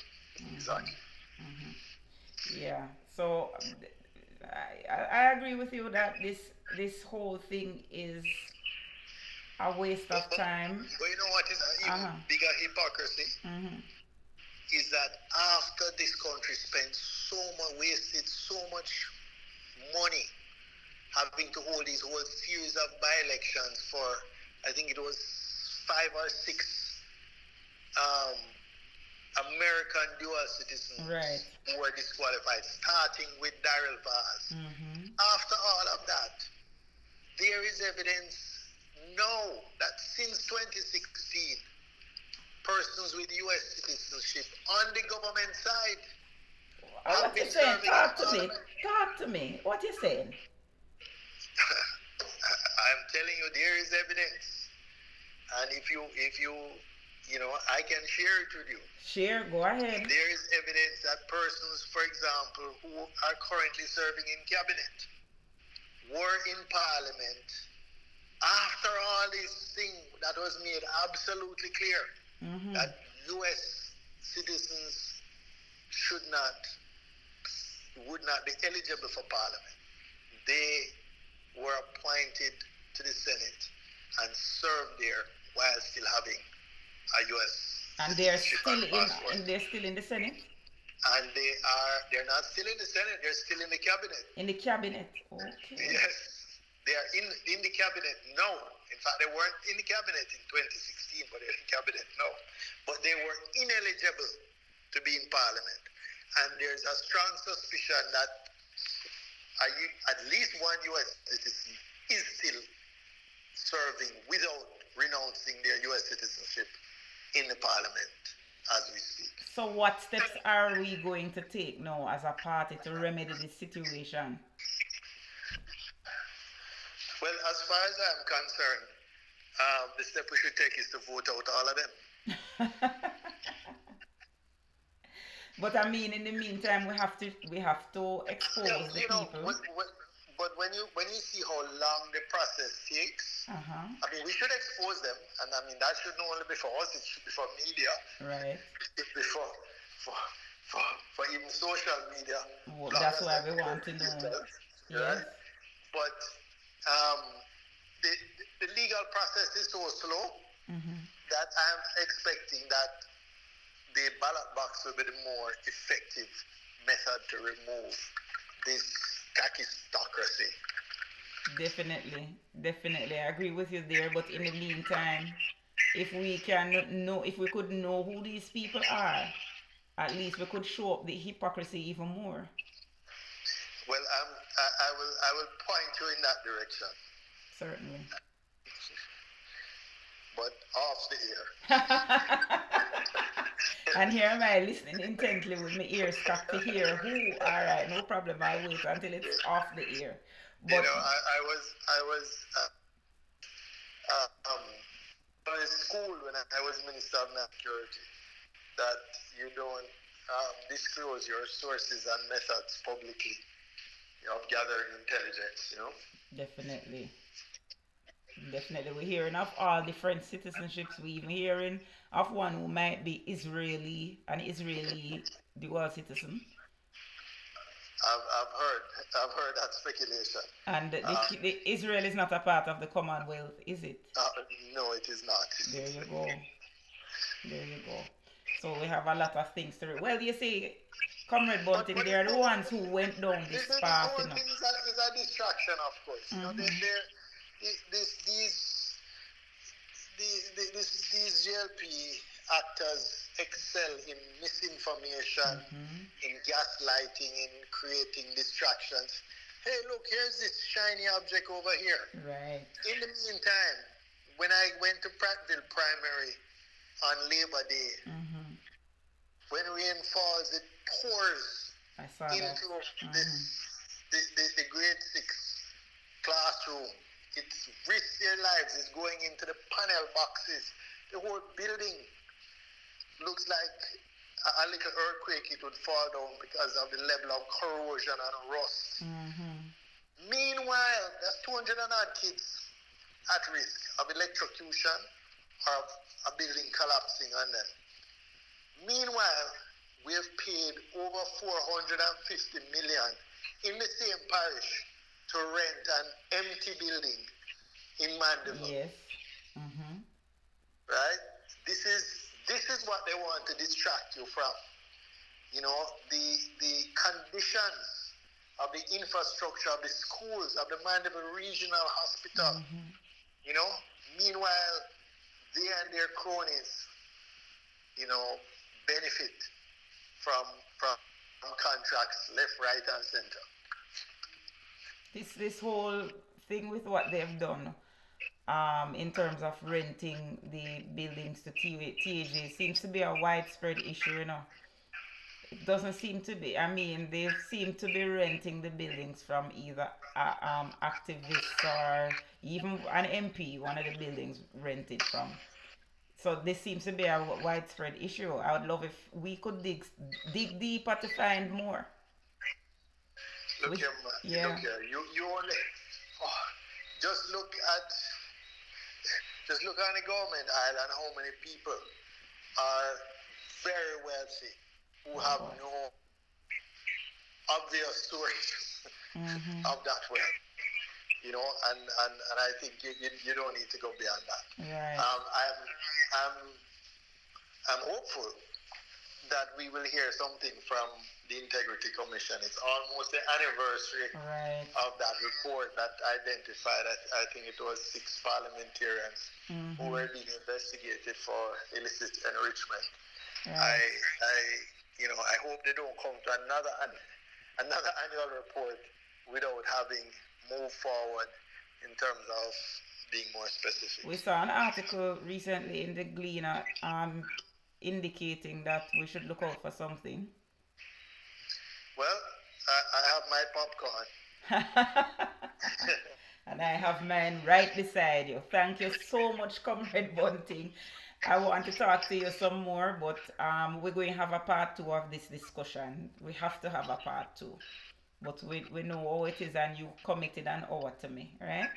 We've gone over. So I want to thank you very much for joining us on Politics Church Nightly. There has to be a part 2, and we look forward to it. Take care of yourself until we speak again. Thank you. Thank you. And have a good night, and a good night to your audience. All right, Comrade Bunting. Take care. Bye-bye. All right. Yeah. So, Comrade Bunting committed an hour to me. I know that we have to take him out of him schedule. So, we've gone over the hour. So, next time we have another conversation with him. All right. So, no watch nothing. What we're going to know, we're going to open. Hey, Kathy, I see you over there, Kathy. We're going to open up the box. All right. So those who want to come in on the box, gonna come in on the box, and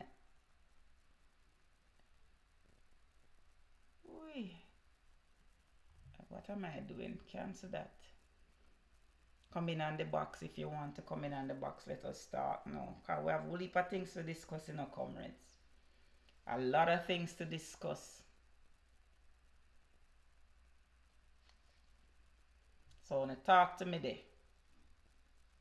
Come and talk to me.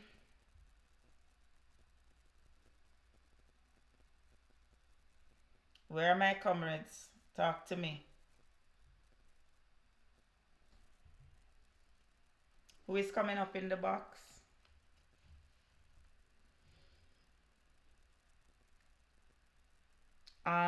Pastor Ricky asked if you think the IC is, well, they have to, Pastor Ricky. For your question, they have to do it, because at the end of the day, it's they are legally obligated to do it. You understand? So they have to do it. All right, Anne Marie. Welcome to the box, Anne Marie. And for YouTube, you can call in. You Okay. can call in on 876, call in by WhatsApp on 876-909-0980. Go ahead, Anne. Good night, comrades. Kamla, I watched the live last night with all those breaking news Mm-hmm. with you and the Titans. Right. Can you elaborate on some of those stuff that was discussed last night? Maybe some persons on this live did not get to hear. In And terms of what? Which part of it? um, there's one breaking news that you guys never shared. Mm-hmm. That is still a secret. Well, the thing about Or it is we no? want to verify it. It's spreading on social media, but we want to wait until we get more, you understand, about that particular breaking news. Basically, it is a document showing that the prime minister may have some issues with the US law enforcement. That's all I'm willing to say right now, because I don't want to, you understand, that is what the document suggests. Yeah, but in terms of what we were discussing a lot of it. We were Well, discussing. happy to hear that, because since Trump is gone, Right. maybe Andrew will just follow suit and America just take him. I'm glad you bring it up, because you see, Trump and Andrew are basically two peas in a pod. Them have the same personality. I mean, the things that Trump was trying to do, Andrew basically trying to do them as well. Changing the constitution to suit himself, like he's trying to become a dictator. I mean, attacking the constitution, attacking the law, attacking the fabric of our society. It's just the same. It's mirror image. Randy Trump was found guilty on 34 counts. He was found guilty yesterday by the New York courts, the federal court. So he's now a convicted felon waiting to be sentenced. Um, the next topic, I see a lot of persons asking about. Um, maybe you're not the right person to ask, seeing that people love to attack you about. Right. But going to put it out there about the Kobe land. Hmm. I know a lot of people keep asking, and I do hope that they said that Comrade PJ is on this case. Mm-hmm. I do hope that Comrade PJ really find out really what happened and to set the record straight. One thing that I'm certain of, Anne Marie, is that the land now belongs to Juliet Onus. That is one thing that is certain. Right? What, really? Yes. I thought it was just speculation. No, it is but certain. Kamala, when the next election, when PNP take back reign, some of these people must give back. The government must take back some of these stuff from these people. We have to go on a nationalization drive. Yes, man, just like in Africa, South Africa, where they took back some of the land from the white people and gave it back to black people. Manly also did it. Manly also did it. Because this is wickedness in the highest of highest place. This Anne Marie and listeners, give me a minute. I am sorry to have to do this, but my bladder is about to explode. I can't help myself. Go on talk. Rado, you can join the conversation until I return. Yes, man, we can join. Anne-Marie, good evening, Anne-Marie. Good evening to you. Good evening, Rado. Yes, man. I'm not too bad at all, my darling. So how was your day and how was everything? How was everything with you? Right now, Rado, my body is so sore. I just come from beach. I know you wanted to hear. I went to the gym today and it was like super good. But you see, from I went into the water, yes, it's like all the burden, all the aches and come down on you. Come down on you. I know how tired I am. Yes. And I'm trying to let Kamla go to 60,000. Oh, At the nice. same time, trying to use my fingers to work. I But know, because I've been doing that from time to time, but I don't top since night, but I'm gonna top still, because I always top, top of the yeah, screen.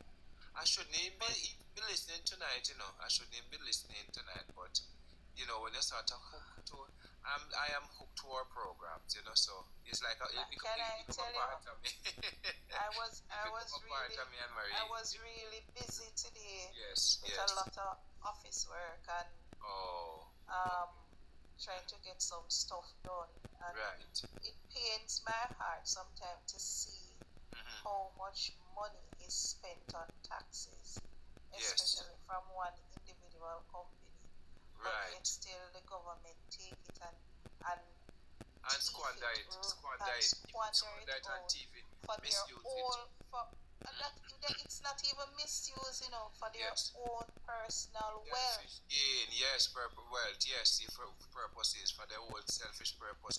They're not You working for us, understand? Randine. They're not, you remember Brandine and Marie, they're not working for us, They're working for themselves and then cumble. All time people that say them are work for themselves and then cumble. That's what they're doing, Can I tell you? And I don't see no way forward. This country is going to go unless we get rid of the labor no rights. man, me say, There is no, because yes. by the time they are through with this country, there is nothing left my for dear, the common man. dear. You remember? Nothing at all. I don't know if you remember, Anne Marie in 2011. They never left in a Kitina girl. I know. Remember? I remember, man. So you see, by no, but when we are not only to take back these things, we're to lock them up to we supposed to yes, send we have them to make to an prison. example out of them You because have they know yes, business. man. Prison them figure, and a lot of them figure prison too. A lot of them. Prison, man. But, yes. But you know what I want to see the PNP do? Right. I want to see the PNP go around every nook and cranny. And teach the citizens of this country we have to have constitution, right, and what is the labor rights trying to implement to tie us down and put us back into slavery. And this cannot be real. Can't be real. This cannot be real. When we look at the Prime Minister infringing on people who speak. There is no freedom of speech. No freedom of speech. Want to muzzle everybody. And we just sit and accept it. And you know something else? I can't understand. People are willing to go out and demonstrate for maybe a celebrity.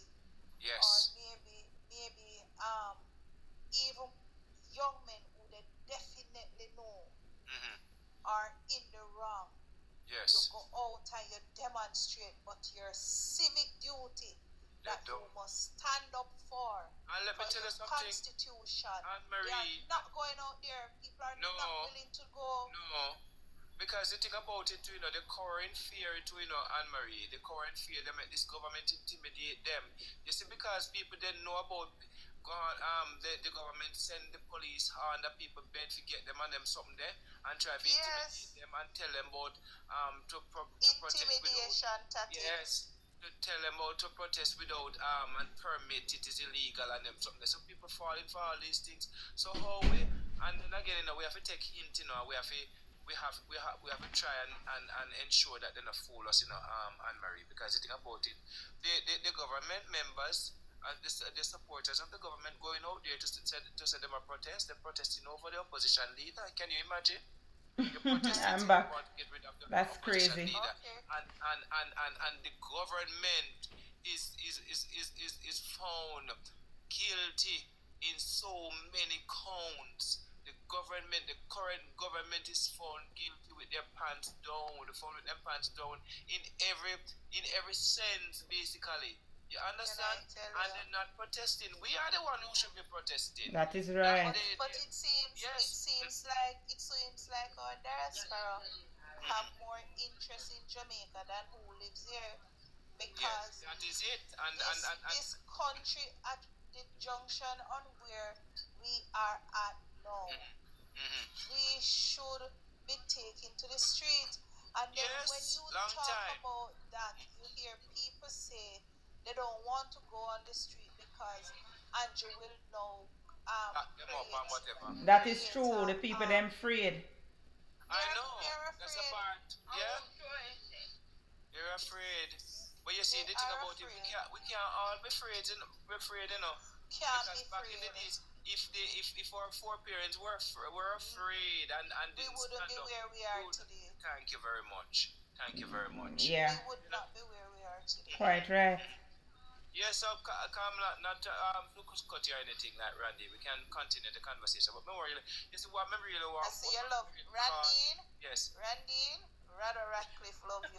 Of course, we call you Randy. I love all of you. Let me tell you something. I say it all the while. No, I say I love. No, you know why? You know why? Maybe Randy, because me always just see Randy pop up from time to time. You too, not Marie, but Randy, I don't, because Randy is one of Randine. Randy, she's one of my moderators. So oh yeah, she's my moderator as well. She's one of my moderators as well. Right. Yes, well, it seems I see Comrade Julian Chang on the live. Good night, Comrade Chang. We still have to organize our discussion in a Comrade Chang. Yes, man. Last night, I understand that she was on the live last night too. Yeah, man. I have to big her up because she come on the live. Comrade Chang, we go bring you on the live on Monday here. I go message you and we organize it, and you come on with me Monday. Right. All right, Comrade Chang. We need to take some stand with this government. Yeah, although people are afraid and people are saying that he's now going to be calling what's that? What you call it again? Curfews. Curfew. Curfew. If they go there and demonstrate, but we can do peaceful demonstration. You think them going to do the curfew thing now, though, Anne-Marie, like how them so close to a general election? They will do it. Don't put nothing past this man. That is it. And he will do it. Comrades, there are some things that I'd love to discuss with you. The first thing I want to discuss with you, I don't know if you've noticed that the head of PICA has stepped down. Come, all I want to unmute myself. We are talking now. What? Yes, Andrew. Today. Yes, sometime today. Let me see if me can. Let me find it. Let me find it and put it up in a day. Breaking news with that. Hello, we were supposed to talk about it tonight, but you know we have the interview. See there, the CEO of, see it there at the top, the CEO of PICA, Andrew Winter, to step down. So what is the circumstance behind? Okay, well here the thing now. It is so funny because apparently this man was on an extension. Apparently he has passed retirement age. Right? Oh. And he was on an extension, but none of us knew this. The same thing that they're trying to do with Paula, apparently, is what they did with him. But the thing, as I say, is that none of us knew. But you know, comrades, is that good night. Let me just finish this and then you can jump. Right. The JLP have put in their operative in all of these departments, you know, and I may just only hope when the People's National Party take back the reign in this country, some of these people will just walk away and we don't have to fire them because you think so? They're not going to go anywhere. No, because JLP tied them up in long contracts. So we have to go pay them some serious money to get rid of them. You know, see that? Why? This is wickedness. You go reach to one point where, sorry, I'm not cut your right up. Yeah, man, go ahead. Reach to one point where you see the young persons, them when they come up now, they're not going to be able to even get requirement to own a piece of land. Nothing at all. If these people people. We are going to be slave in this country. We already are. Sad. Very sad. Look, I don't like Kamala because me go tell you the truth. Me stress out over when me have to pay tax. I swear, coming and see which part my tax money I go. Not true. Not true. No, see where my tax money I go. None at all. You're so right. Really sad. So Kamla, Yeah. one of the reasons why I call, because when me hear you announce that Trump is found guilty on what, 30 counts? 34 counts. 34 counts of wrongdoings, right? Yeah. So you tell me no, but so that mean that he will not be able to contest any election. No, you're wrong. American Constitution says he can still contest the election. There is no rule in the American Constitution that says that a convicted felon can't contest the election. But that is that. But Jamaica have that rule, have that law, but not the US. America. And he will still be, as a matter of fact, he will be sentenced 4 days before the Republican convention. So his lawyers are trying to appeal it because he's supposed to be presented as the Republican candidate at the Republican convention. So the lawyers are trying to basically delay the sentencing until after. After the convention. It's quite hilarious, because listen, let me tell you something. You see, up here, you can feel the tension. You can actually feel the tension up here. Because where I am right now is like one of his strongest states, and you can see the people them everywhere you turn, the people them have up them flag. And you know, so when them have up them flag, it's man, it dread. Oh, I see. So it's that like mess up, though. it's crazy. It's crazy. The thing about it, let me tell you, I don't even know what to say about Trump issue. I'm not a fan of Trump, but it is clear to me. It is clear to me that this is trying to get him out of the way for election. Basically, that's how I see it. But I'm not a fan of Trump. I don't like Trump, but it just looks so suspicious to me. You understand that? Like, seriously, why? But anyway, them say him pay off the people, him pay off the woman, to keep her quiet. Him says a non-disclosure. Anyway, it just looked highly suspicious to me. Miss Paula, what you up to, Miss Paula? And Kick him. Is Kick him your name? And BM and London. When you talk to me now, Miss Paula, what go on? That is it, Dave. The hush money scandal. What go on? Night. I'm not hearing you clearly. Oh, you're not hearing me now? Little better. Alright. I just called to ask your people. Good night, all. Good I want to know what is Andrew's claim to fame. Apart from the class, I want to know somebody to tell me. Andrew's claim to fame from the most Minister of Education until he does become Prime Minister. I need somebody to pay me with his body of work. What body of work? Him not have no body of what body of work, Paula? What body of work you talking about? So you must be the greatest Prime Minister. The greatest baby father will get the most jacket. Nah, Jesus. Have mercy. Have mercy. YouTube, remember you can call in to join the discussion. WhatsApp 876-909-0980 if you want to join the discussion. Let me pin that for you. Go ahead, Paula, I'm listening. Yes, I am asking somebody, and I'm asking people who knows of Andrew's body of work, whether in a government or in any sphere. Yeah, she's low. She's low. Don't pay me with it. She's low, Noreen. Yes.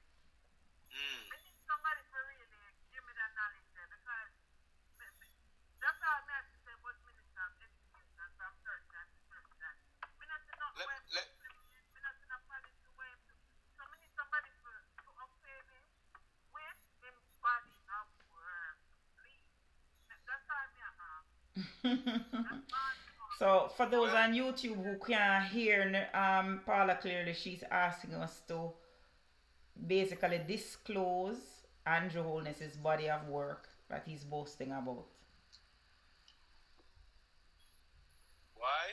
I don't know if anybody over here can see what his body of work is. But I know that Chopper Media and his operatives will make up something and tax or something. So what me don't know. They make up a lot of stuff, you know.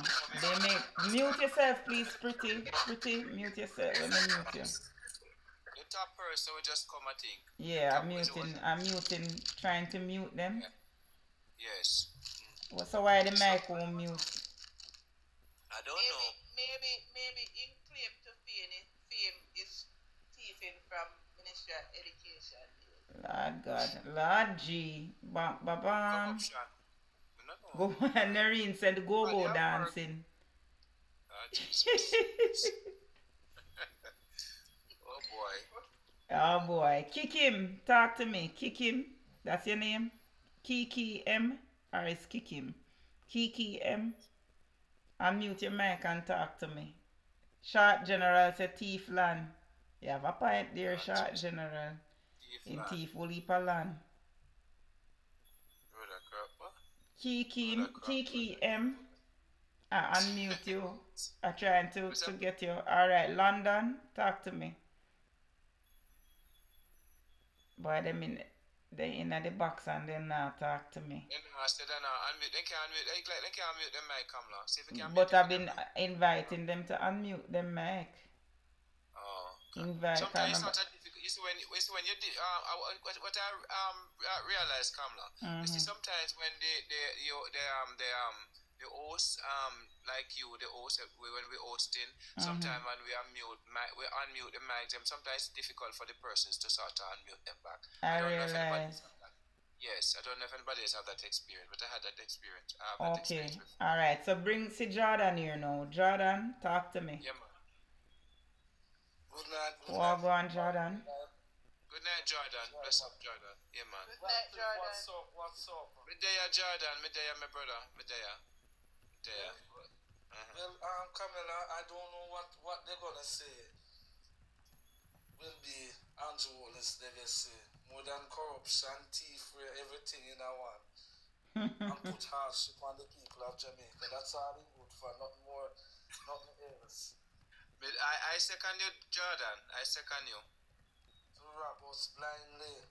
Everything him and them goons them together and the false financial minister that is it, Pastor Ricky. Pastor Ricky said his legacy is right now is SOE Zoso. Yeah, man. That's true. Yes. And needs. Having the most SOE. Yeah, man. And needs. Trampling on people's rights. But Camilla, yeah. Whenever you one time the Minister of Finance did say okay, $20,000 to the people and working 1.7 I want to go on with that plan. Oh yes. No, them did have it about that mission. Remember I said them did have about that, you know. Because and say them did overshoot the budget. You don't remember? They remember the budget mix up where them did have to call back the parliamentarian, them offer them the recess, the parliamentary recess. Remember, man, them did mess it up. Yeah, man, and they make two mistakes in the budget. Every day people ask me about it like me. No, them can't do that again because and then them did have the other part to them. Them did make them never reach them target. You don't remember, man, them never reach a target. So the money where them did expect to make the performance, the target where them supposed to make for the money, the revenue, there was a revenue shortfall. That's what it named. There was a revenue shortfall. So because the revenue shortfall now, them can't max it up. So the budget not budgeting. So because of that now, after the promise them what they make, now go really make sense. I hope me explain it so people can. Yes, Nareen, there's a hole in the bucket. Nareen said there's a hole in the bucket. Nareen said there's a hole in the bucket there, Liza. Yeah, but I wanted to No, finish bro, no, speaking no, about no, this no, no. speaker man, you know. We good, Philip. Yeah, man. Philip Wagwan, Yeah, yeah, man. you low. You know, Andrew Leggett. Marvelous law. Yeah, man. Philip always love it, you. Philip, you, Yeah, man. whatever it is that you use to, if it's a headphone or what, it's low. Philip, you always love it, you. I mean, I say every time there's something lower, but Yeah, me no know you so Andrew low. Leggett Once again, I want the yeah, man. deep place. Yes, Jada. No, but look Jada, at that's what kind of come now. Go ahead, Philip, man, sorry. yeah, man. We say Andrew Legacy, you know, I feel make poor people poorer. That is it. That's true. I That's a agree good with one, that. Philip. Yeah, No arguments from me. but but guess what I want to say? How JLP a ball for their greatest asset resign. And then say their greatest asset was Mark Golding. I know them a ball for their greatest asset. You is hit the true. nail on the head. Yes, You hit true. the You know, nail Philip, on the head. They did say that their greatest as is true. you're warm. But You're in shot warm, them. Philip, you're warm. Me need to make a video about that. That's true enough, Philip. You're right. You're warm. You're really warm, Philip. You're warm. He came to me too, you know. Mm-hmm. Come to me, I was thinking about the same thing. How they get so shaky now, that's their greatest asset. Them a ball for Them tired of them assets. Them want to get Yeah, rid but of tell them you what, now. Cause them never expect so them assets would have bust them ass. Yeah, man. Yes. February 26th, shake them up, man. That is. Shake them up And plus that the shake them pole. never expect. Hmm? Them never expect when they that say. Yeah, man. Listen to this, comrades. I want you to listen to this. Thank you, Live 646 for the gift. I want to tell you about Andrew. This man now, Andrew Winter, CEO of the PICA, will resign today. So in July 11, 2023, article came out with NNN, right? Whistleblower alleges toxic culture and gunmanship at Passport Agency. Employees at the Passport Immigration and Citizen Agency, PICA, are calling for the removal of Chief Executive Officer Andrew Winter and one of his directors. In a lengthy email to Nationwide News from an anonymous source on April 13 this year, a whistleblower outlined several complaints. Nationwide News made exhaustive efforts to get Andrew Winter to respond to the complaints. We wrote him on April 26 this year outlining some of the concerns raised by the whistleblower and invited him to address the issues, but despite numerous phone conversations with Mr. Winter and an intermediary from PICA's parent ministry, National Security, where repeated promises were made to address the issue, no substantive response has been forthcoming. According to the whistleblower, all is not well at PICA. In the email to us, PICA's Director of Customer Services is accused of being vindictive and offensive. The director, a woman, is accused of regularly being absent from meetings and of being consistently unavailable to assist workers. The email says those who speak out about the director's behavior are either transferred or demoted. Her behavior has reportedly left staff feeling threatened, depressed, and demotivated. This whistleblower has affected the manner in which the staff serves people. This whistleblower says has affected the manner in which the staff serves speakers, customers. Some staff members, fed up with the toxic environment at the workplace, have reportedly resigned. A job fair was reportedly hosted by the agency to fill vacancies created by the resignations of all members of a call center team. It's understood that the recruits quickly grew frustrated, with some complaining of exploitation. Others complained that their contracts were forcibly amended and they were forced to assume duties they never signed up for. The whistleblower also claimed that several staff members were making multiple errors on the job due to being overworked. Among the damaging claims made by the whistleblower is that over 100, listen to this, over 100 citizenship certificates were awarded to Cuban, oh no, listening, you know, Among the damaging claims were made by the whistleblower is that over 100 citizenship certificates were awarded to Cuban nationals through fraudulent means. Let me ask you something, listeners and people in the box. When the aircraft came here with the people from India the other day, remember? The 200 people. They were saying they got Cuba. When the plane land, where the plane said it was going next before government quarantine it? Cuba. Okay, da da dee. Right, Da, so na, how da. come the people ain't come for them thing the other day? Okay. Fraudulent citizenship Fraudulent. certificates under Right, Mr. Andrew Winter. Under him tenure. So let me ask you this now. How is it that is we're going reading or are we reading? Before we go there, I could finish this article, then we go back to the one way up on the screen. Workers have also reportedly complained about constant rotation across the agency with little or no time to adjust to new roles. Security is also an issue according to the whistleblower. It is alleged that several staff members who had their mobile phones stolen on the job, can you imagine? With some of the thieves reportedly posing as customers. It's also alleged that the security guards have been repurposed as customer service agents. We know this point blank because when me go renew my passport the other day, it was the security guard that was acting as the customer service agent, right? Calling numbers and assisting customers. This is the absolute truth because I renewed my passport last year. I've seen it. I have seen it too. I've seen it. Yes. Right.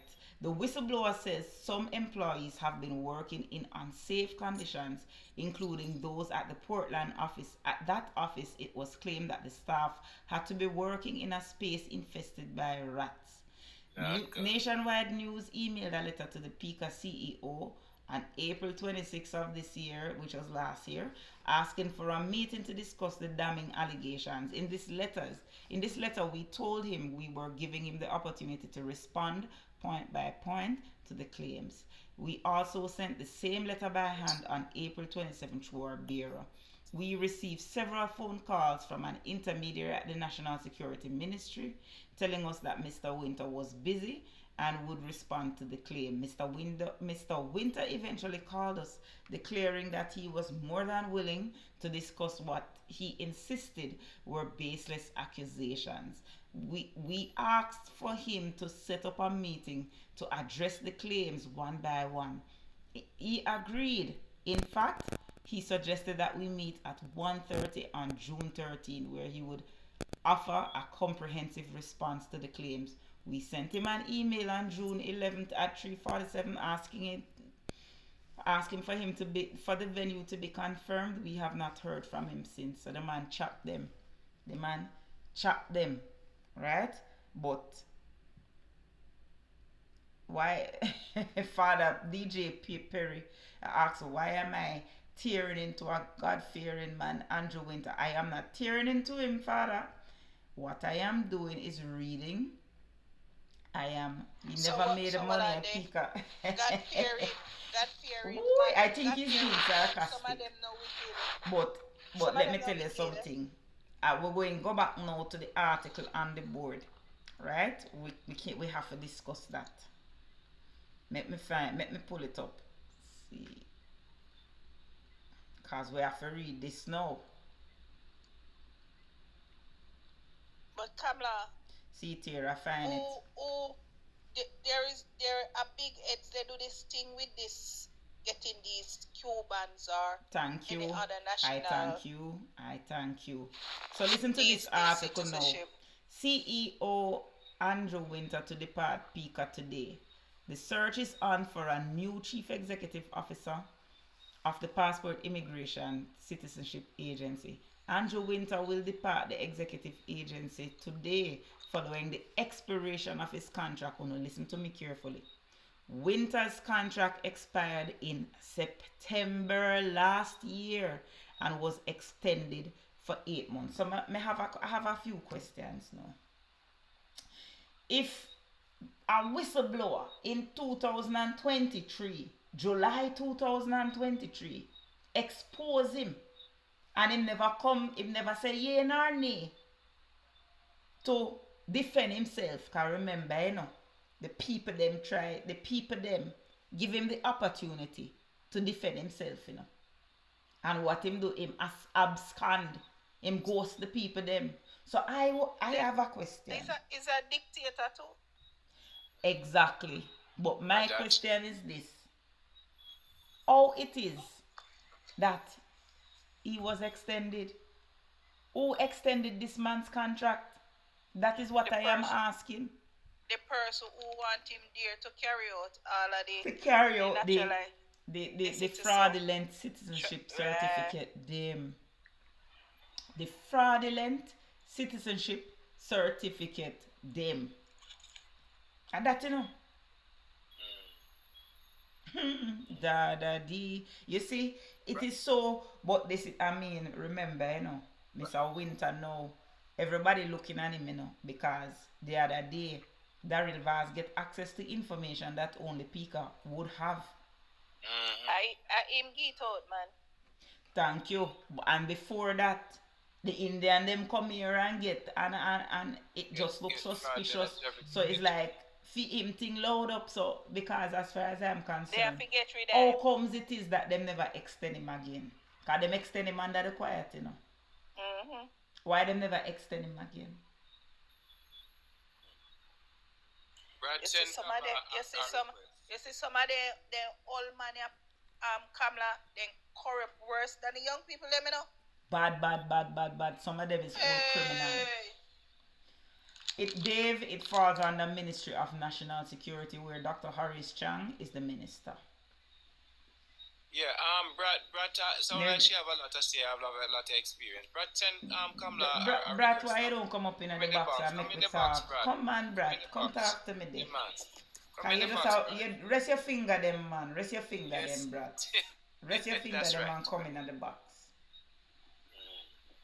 Because she seemed to know a lot. Yeah, man. Yes. Something big, something Kamala. When you see him resign. Yeah, man. That may I say. That is exactly what I'm saying. Big something in a something. Big something in a something. May I look for brats to bring her around, but me not see her. See her not come up yet. Maybe she busy. I don't know. Me don't want her come, man, because we hear a lot of things, a lot of things were said about this man. Yes. A lot of things were said about him. You sent the request, me not see it. Send it again, brats, me not see it. Oh yes, I see it. Okay. Alright, Brat. Come, Brat. Yes, man. Talk up, Brat. Good night, Brat. Talk to me. Night, Brat. Alright, if I'm not mistaken, it was early last year to very late the year before that. I'm going to try and find the video. But there was a young lady who was very disgruntled about this man and his conduct at PICA. And when she spoke out about it, he sacked her. Okay. So she was speaking out about it. She was. What kind of behavior it is that he displayed? The man was a bully. He did not attend meetings.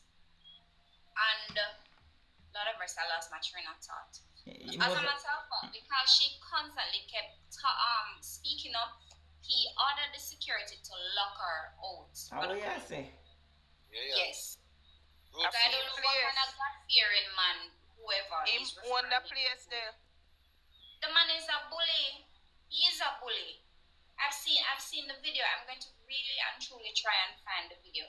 But there was a video circulating with a young lady, and she would have made multiple videos complaining about the situation. She on TikTok? Yes, she was on PICA compound raising a ruckus about it. And he never even turned the back eye and look on her until he ordered the security to lock her off the compound. Oh, yeah, say to me. Yeah. You might have done all dance, the boss all boss. Yeah, man. Me So I I'm look going if to, me see it. sorry, I'm going to look But for it. somebody in the box said, and he took her phone. And he Yes, took her. he did. Oh yeah. He most definitely did. Sorry about the outburst. He took away her phone very forcibly. He did. The man is a bully. So whoever said he's a God-fearing, listen. I think the person was being sarcastic. Don't operate like that, please. Some of them gone now. It talk about God, and them are the worst demon, and have no godliness in them. It's not everybody who's the Lord. That is a challenge. Here, you hear? True that. But you know what I wanted to say and what I'm looking at?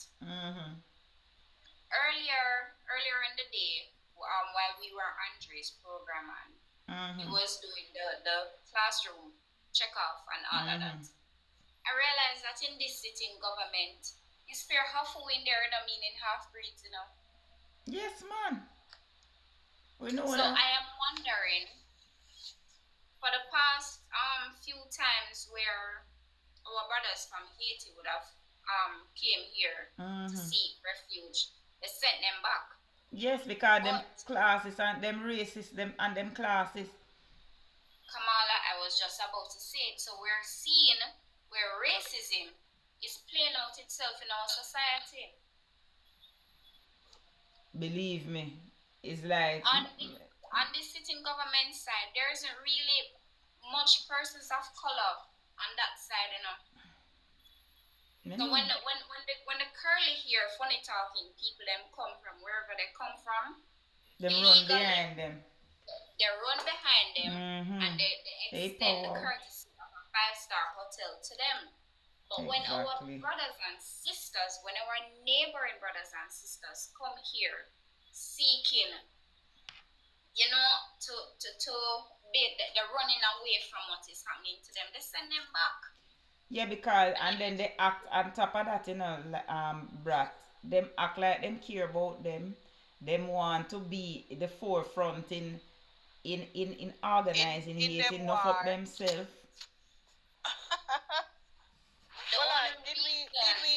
Did we send any soldiers down there? Me don't know if them gone yet, but them training to go down there. Listen, the only reason why he accepted is because of whatever given. The money. It would have been offered. It's just money. That is it. He doesn't care. True. He doesn't care. And that is what it is. No, here they are trying to pass a law to give minors 20 years in prison. We were talking about that a while ago.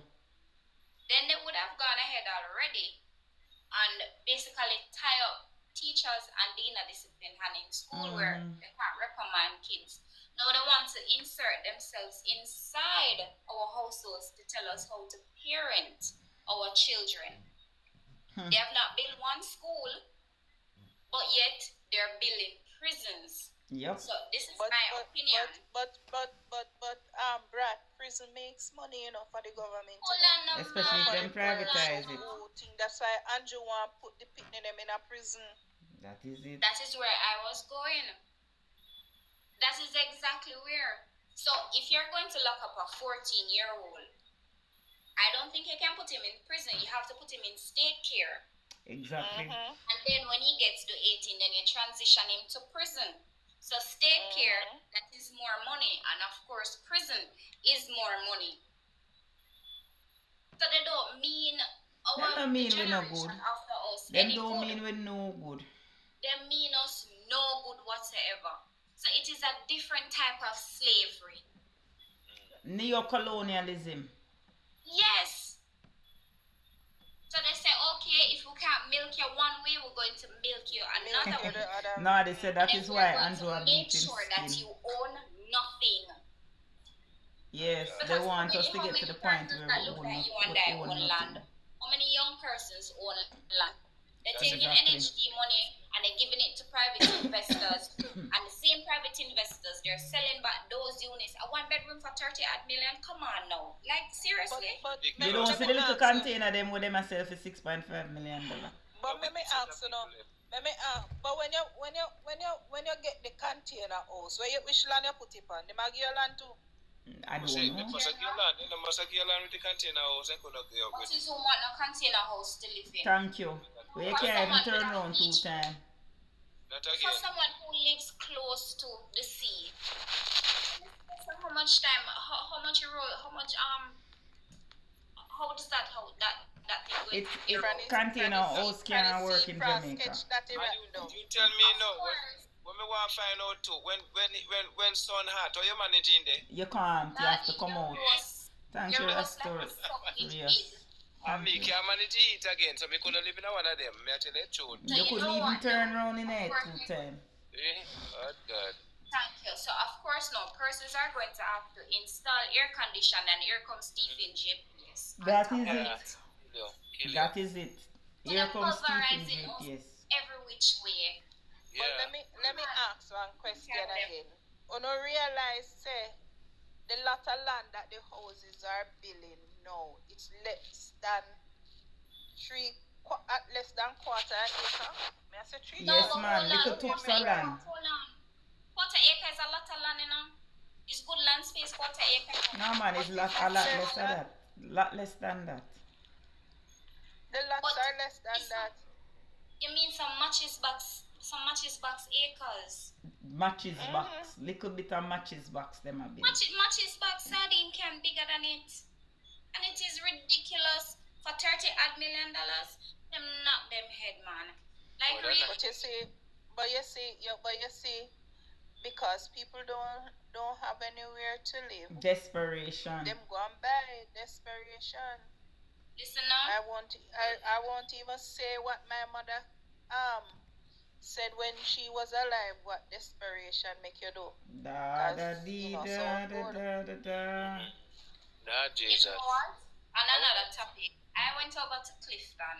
Well, I think it was last Saturday. I went over to Clifton. You see that green-eyed devil there? He's a wicked man. He painted the picture as if Clifton was a little shanty town. That is not. It is not.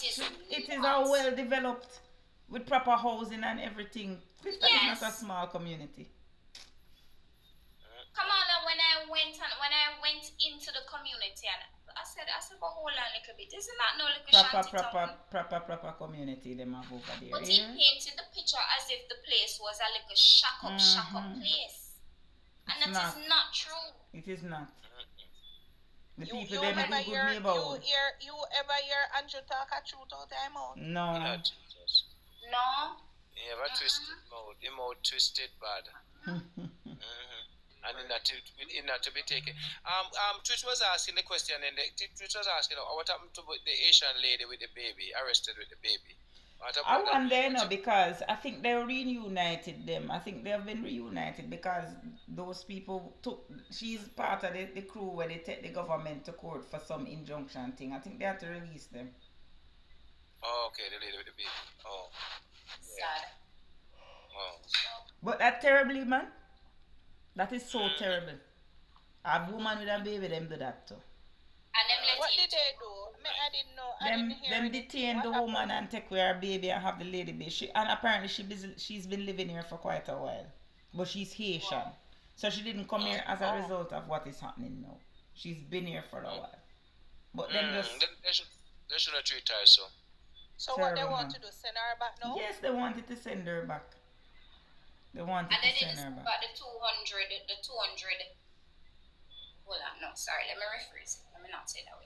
They didn't send back the 200 Indian men. No, because guess what? No, them involved in that scam. And the alleged arms dealer that is wanted by the US.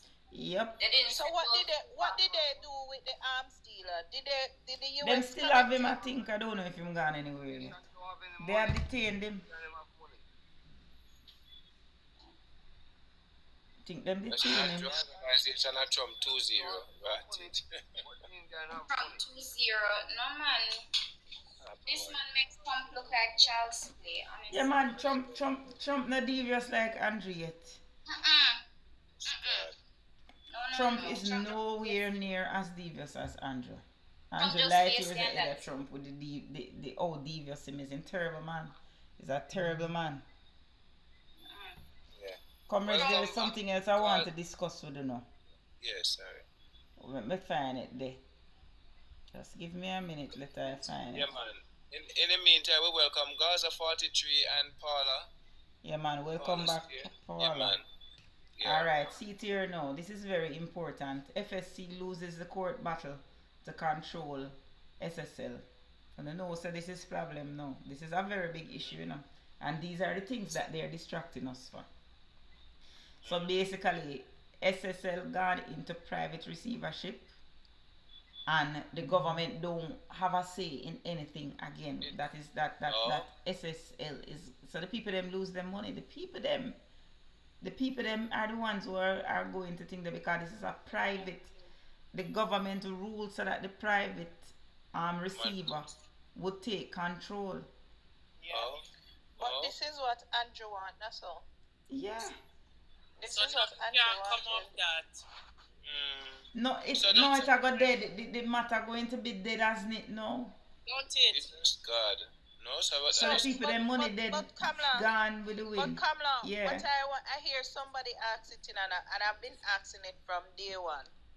What happened to the money that was invested for the ministries that they put into SSL? Yes, I remember. Who was collecting the interest, and what is going to happen now, seeing that the ministries that place money in SSL, this has gone down the drain, because this is taxpayers' money, and Andrew must be held accountable for it. Exactly. And the minister who put the money in SSL, who was getting the interest, because them after when they draw down the interest, They must have been trying. We're not hearing nothing about it at all. We're not hearing a thing about it.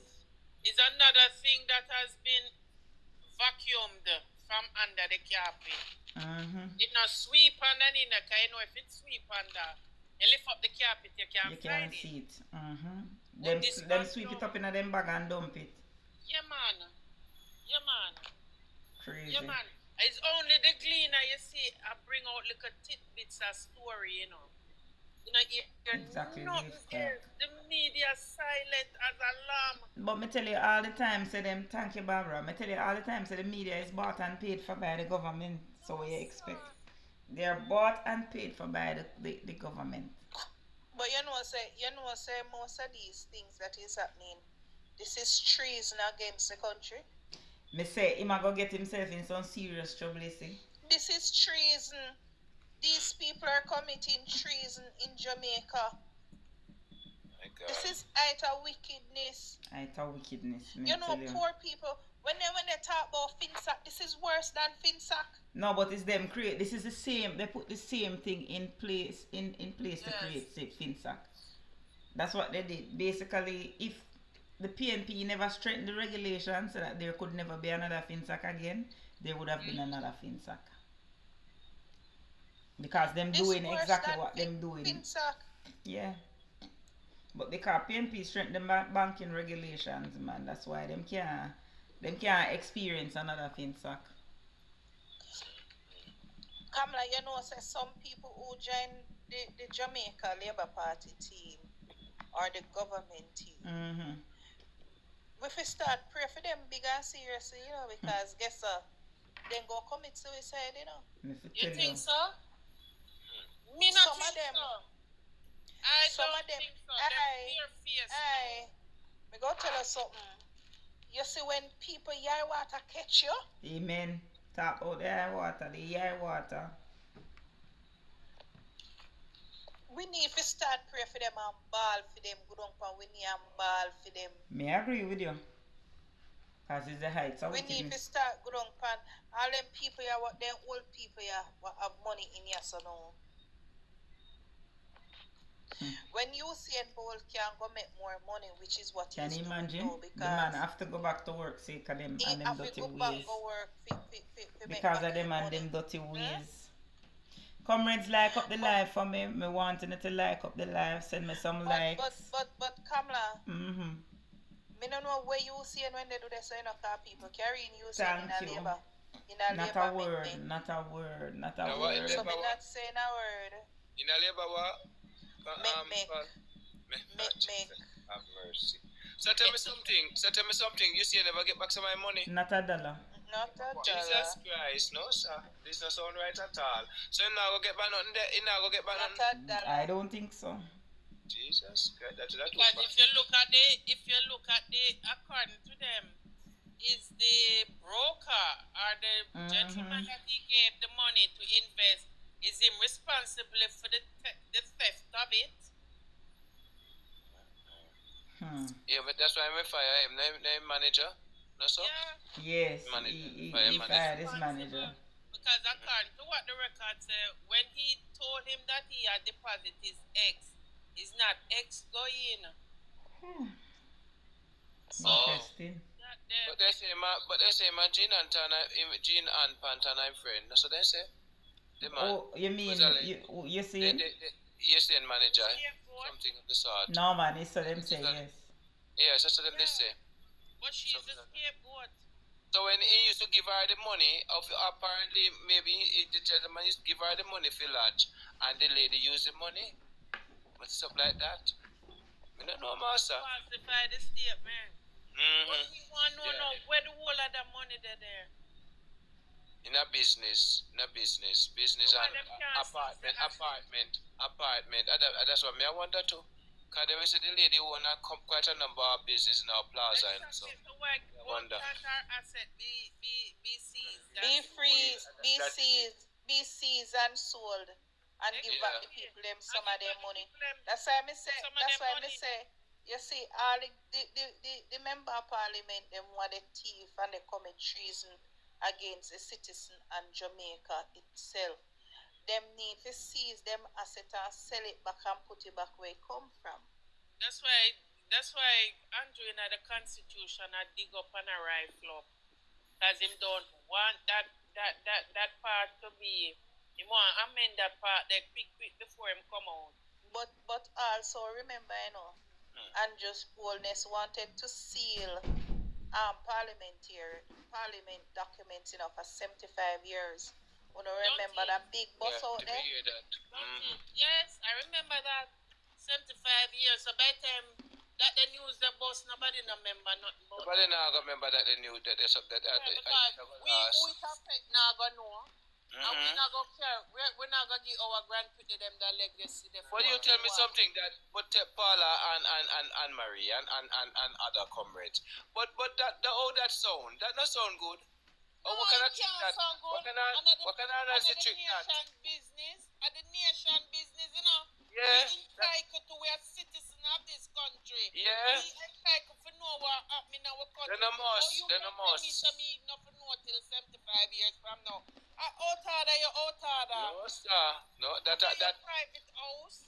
That words I want Nancy trick, you know. Not your private house. We'll go on Twitch and unfriendly. That yes, Twitch. We see why he wanted. Yeah, we'll go on unfriendly. The majority in parliament, we see it.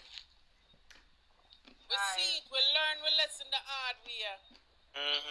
I do know that there is a Jamaican man. Oh, sorry. Go ahead, Twitch. You know that there's a Jamaican man that was in the U.S. for years, and when they arrested him, hey, big time, went back. Twitch, we not hear you. You mute yourself. Twitch, you mute yourself. Yeah, and went back. They sent him back home, and apparently he was back home for a while.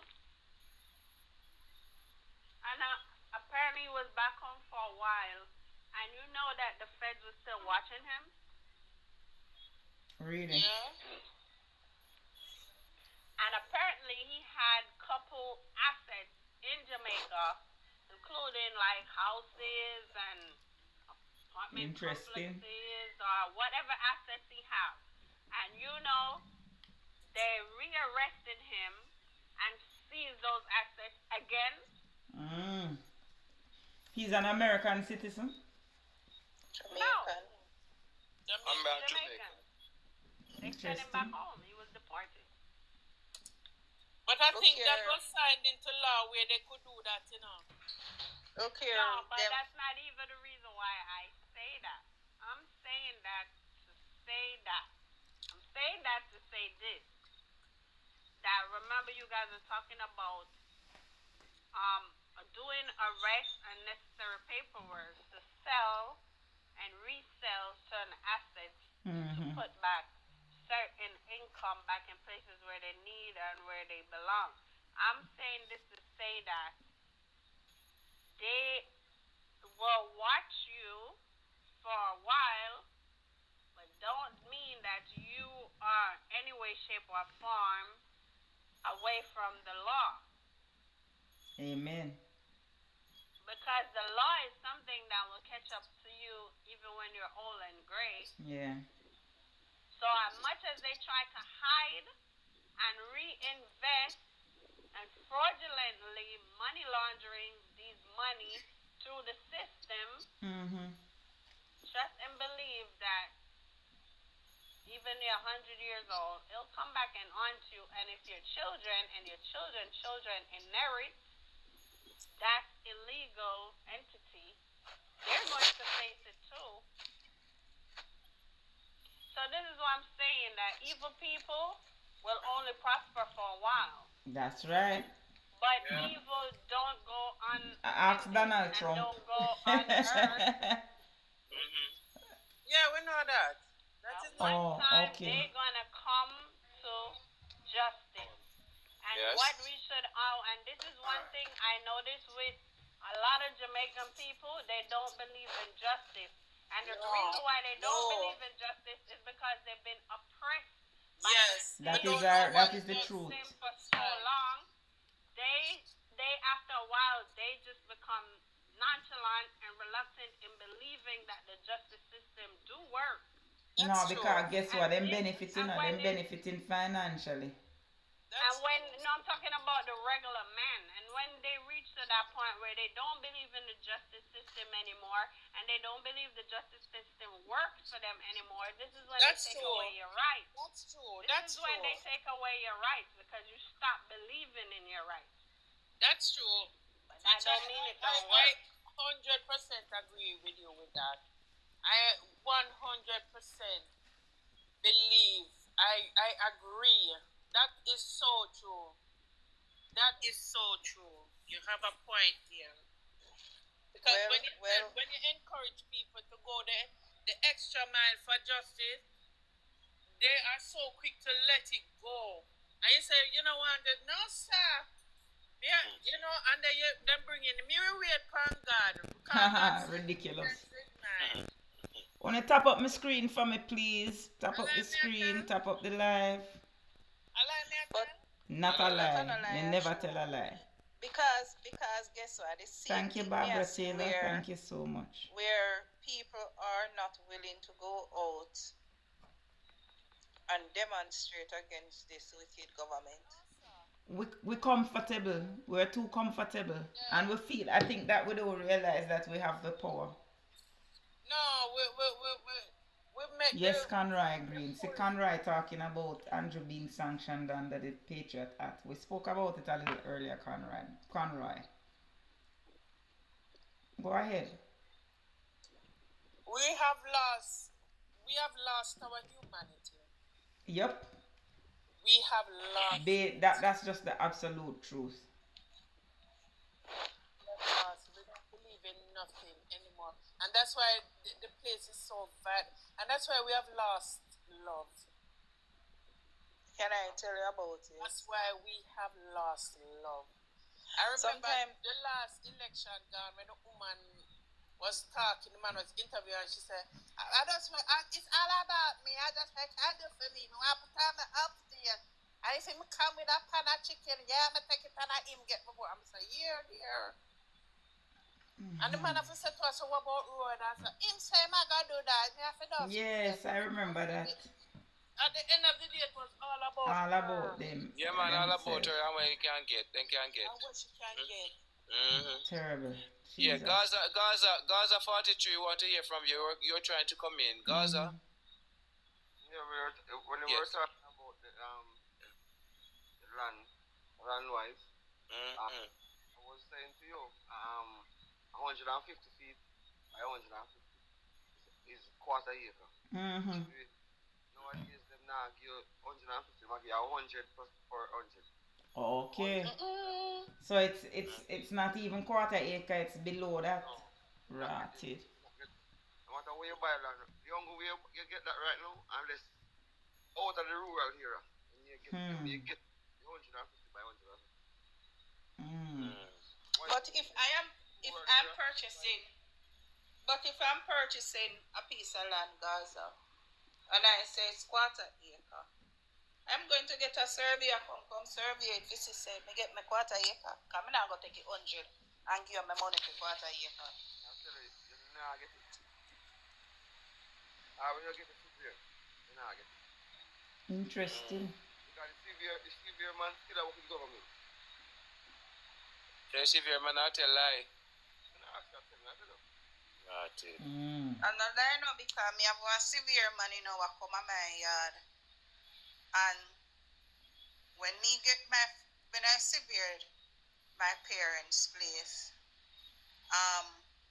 the gentleman told me that the person on the left and the person on the right was encroaching. And I was trying to build my their wall.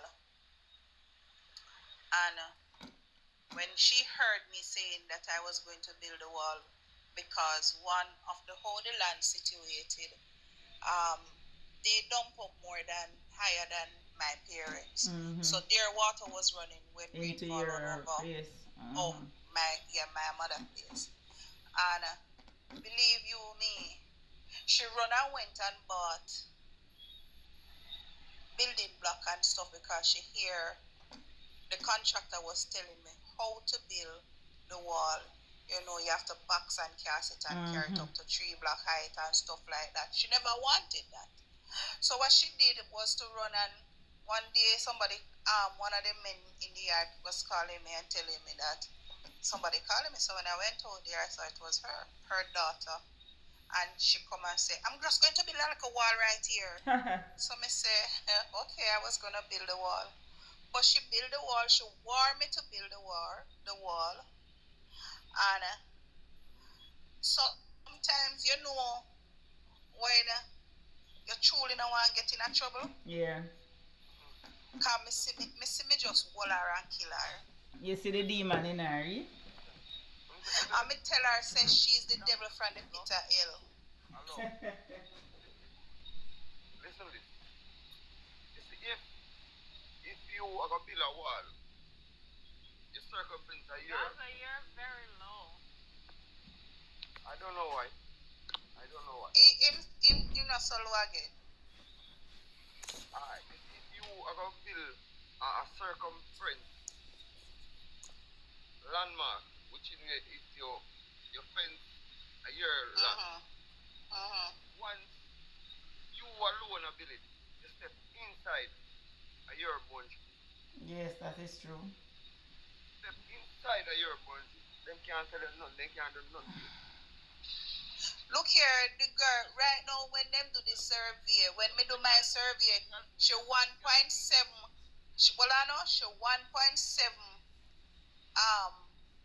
over my side. Right? Come raising a like up the life for me now. Try to get me to 100K. You know what she said?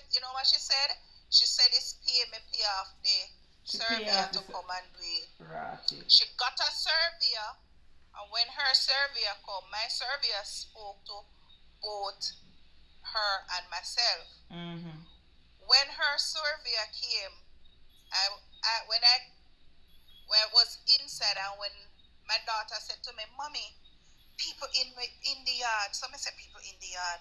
And then the worst thing about it, my gate was locked with key. Yes.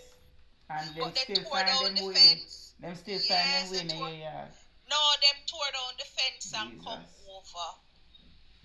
So when I went out there, me said, I don't understand because you send me notice that you were coming here today at X time and you're late. I'm waiting for you, I'm late, and you come and you didn't have the decency to call to say that you were here and you were measuring the fencing.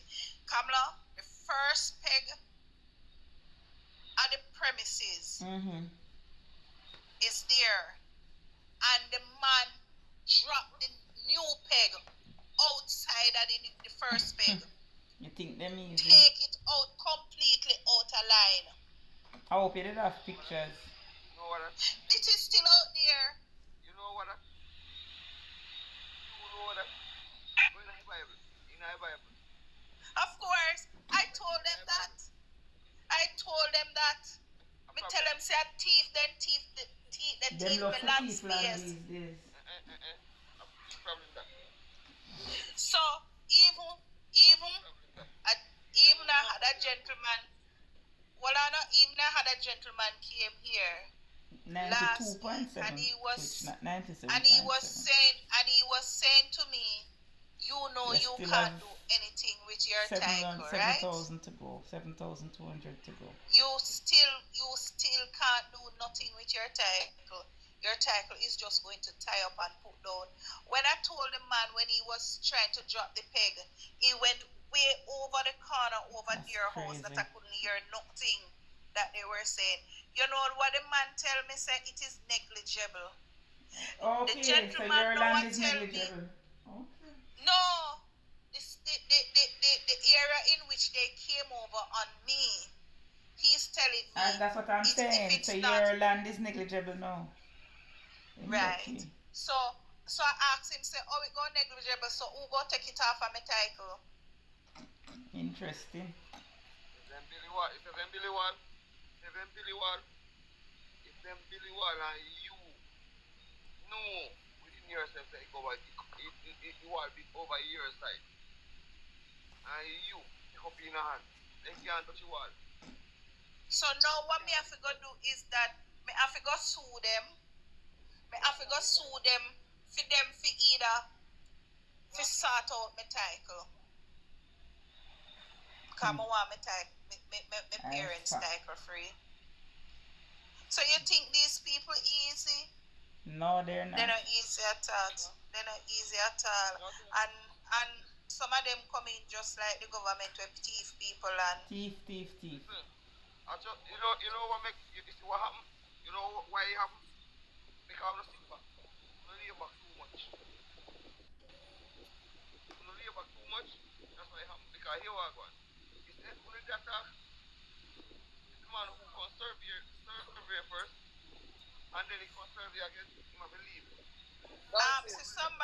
Patrick is saying that it is tolerable if it is within 2 feet, which is what he did say to me.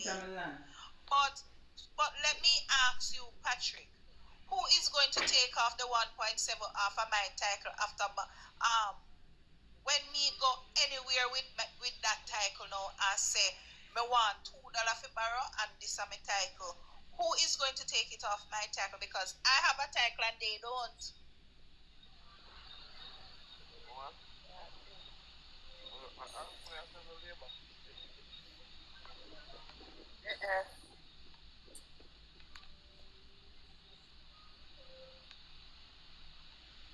So the people them is satisfied, just like how them willing to thief people 2 feet or 1 feet or something.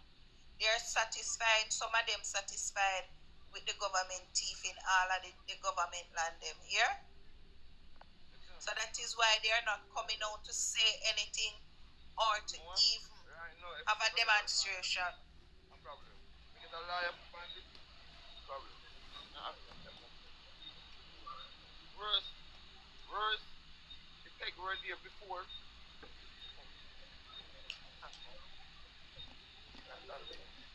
Them have to go pay me to brat.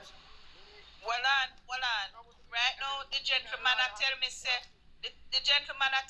me should report the gentleman who can do the survey.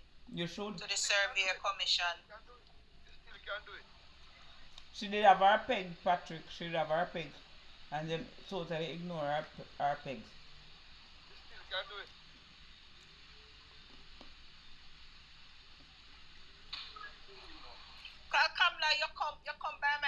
and me tell her, say, watch your foot round the corner, don't Yeah. it? Them wicked, man.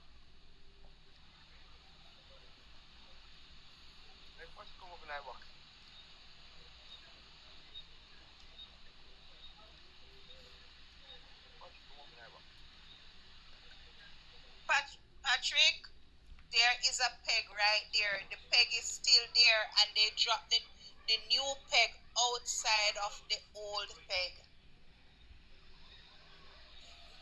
See, Patrick will come up there now. Yeah, see me. Yeah, Patrick. Patrick. Yes, Atikel. Talk. Good night. You're right. I'll tell you something. This is the same that I'll tell a little background about me. I met Jarlan Silvera and his mother's wife. I distributed my boss a commercial land surveyor. Okay. 2 years ago, we left the land up by Kobe. Anyway, back to your thing. I want to talk to you about that. Once you have your peg there from a long time, and your title, say you have X amount, the distance to be X from this point to that point, from that point to that point to that, and it is there. Anybody can do a new survey, right? There's no authority and no right. You understand? To move your peg. You know what I'm doing? Sometime in a scheme, it may get thrown off like the first lot, throw off everybody else. You understand? Exactly. So we have to know sometimes as a surveyor, you go on the ground, you do a thing called a traverse, you survey the whole block to get it back. You understand me? Like, even if you're careful of it, go, you see something is wrong. Let's say this client is saying they should have 20 feet. Or them from one peg to the other peg, the cars will cover your peg. That's good surveyor, when they survey the whole block. You understand me? Just to get it done so you can fit it properly. You understand me? And if you did not survey like let's say there's 10 houses on the block, right? Just take the whole front piece of it. You understand me? And if everybody take measure, then it has to be the way it is. I've been in a situation where all of the scheme move back when you look at survey, they put back when you're gone, the owner for the subdivision move at the peg them. So when the people go like bank or whatever to get loans and all that, when they get this, when the surveyor go back there for check the boundaries, it's off. When check the whole thing is off. They fight all peg around two people's house, they run two. You understand me? Yeah. Because sometimes, again, it's the people who develop these schemes, they will move the peg off your gun. And sometimes even the older people that buy the land, if they gone, they move a peg. True. You understand me? But if it's all country land now, and the peg has been there for many, many years, you ever go to the whole peg? You can't put it, as a matter of fact. Look here, Patrick. The whole peg is there from me and Ligyal. That themselves go by that then. From me and Ligyal. They did not want to adhere to the measurements, because if they did that, when she you took the title diagram to the survey, right? Nature girl, before you leave, send me some more like. No, I had my title and all my document and the first surveyor's report. When the surveyor came, him said him don't want to see nothing from me. That is how he was. Report him. That is how rude.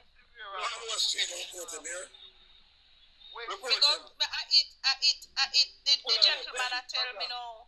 I never know said there was a commissioner for them. I know a street and I don't remember the name of the street. It's right by titles between North Street and Anova Street. Yeah, man, sir, the titles office. Right, and then the survey office, that time, but it's down the road. You know the funniest thing? They don't have a title. What is severe offer? I don't know. Them not have no title, they not have no, because them never pay for their land. That's wrong. Okay, come now. Yeah. Come now. Mm-hmm. Well, you know, but take it. When you come off, take the survey and you take it all, yeah? All right. Me know the survey name. Don't get you on this. That's where you it's Pamela. She'll get to me and let me get him. Yeah, I'll give it to him. Yeah. All right. Wicked man. No, I'm not going to call him name. And he was very disrespectful. Alright, you see, if a severe come to severe land and you next door neighbor and you make nice, then not supposed to severe you. So stop. Let's Look stop. here, I question it and the man still tell the young boy if he ram the licky in the face. What's up? A problem that here? Describe the call a name. Describe the man to me. Don't call a name. Describe him. Don't call a name. Describe him. Him have body and let me describe him so no you want me did that he kind of little bit fierce. Yeah, one young guy. Him have big body. Nice earlier was a slim guy. What kind of Jeep you drove? Yes, I want Jeep him drive it through. But when I went outside the road, Sister, I reported here. Go to Monday morning. Take things down to Another Street.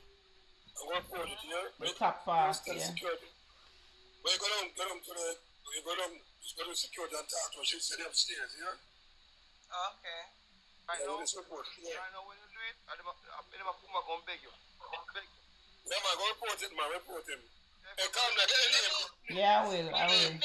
Me mean to say the people them not have no title because when they never paid for the land any at all. And they go adverse. They go to adverse possession. You see down here, so no have no adverse, no possession. People just inherit them land from them mother, them parents. No, the mother bought the land. The mother died. They did not pay. It was government land, and it was severe that everybody got their lot. Government everybody got their lot, and taxes were issued to persons who paid for their lot. They never paid for theirs. I'll tell you something. But them build big house money too, and they love tell people about I grudge me for my house. Every minute the housing agency send them notice for them come pay fee land.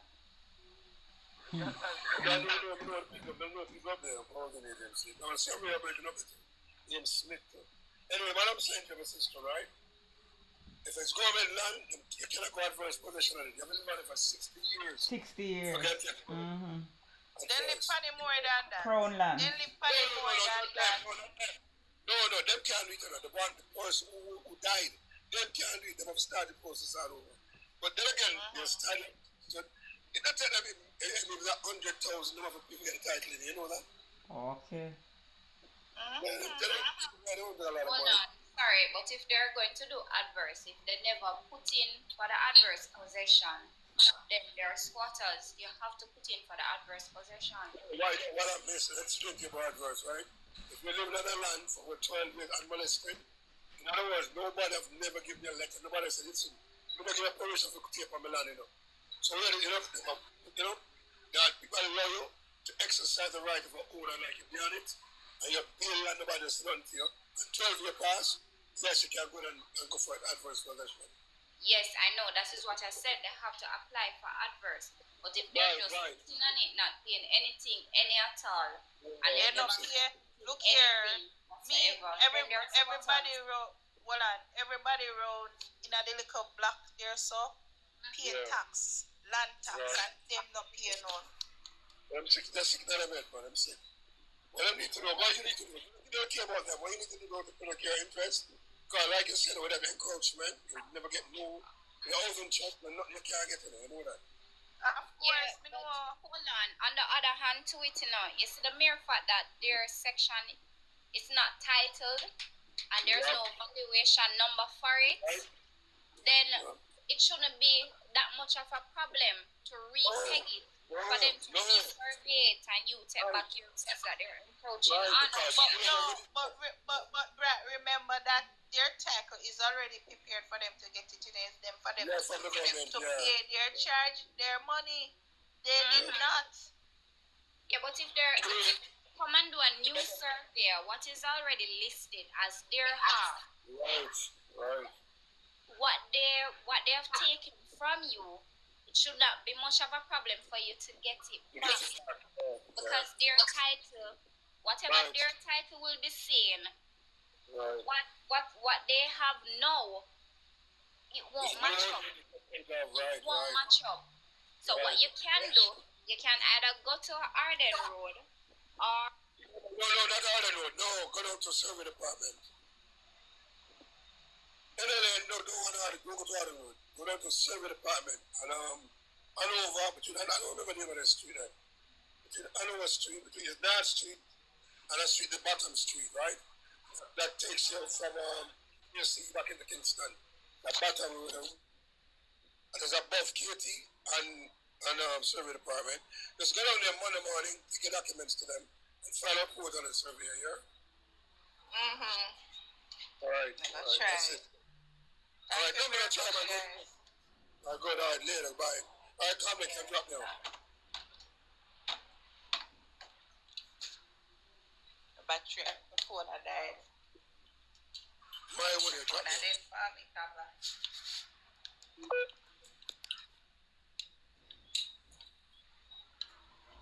Yes, now Kamla, any other breaking news? Patrick.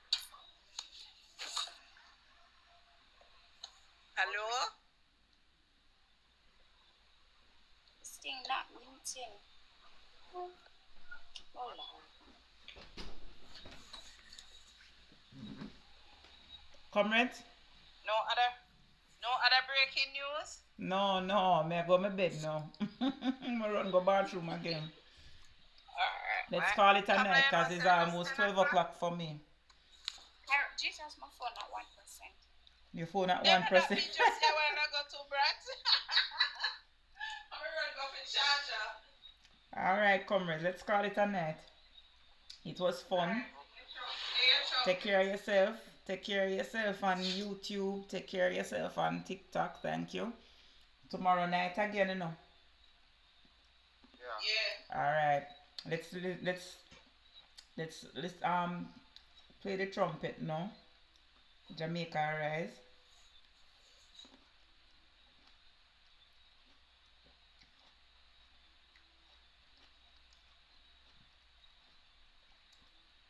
Stay tuned for Jamaica Arise.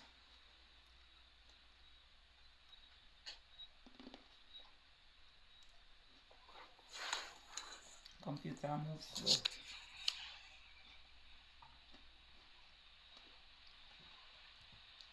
Okay, here we go. Is what I do? Oh God.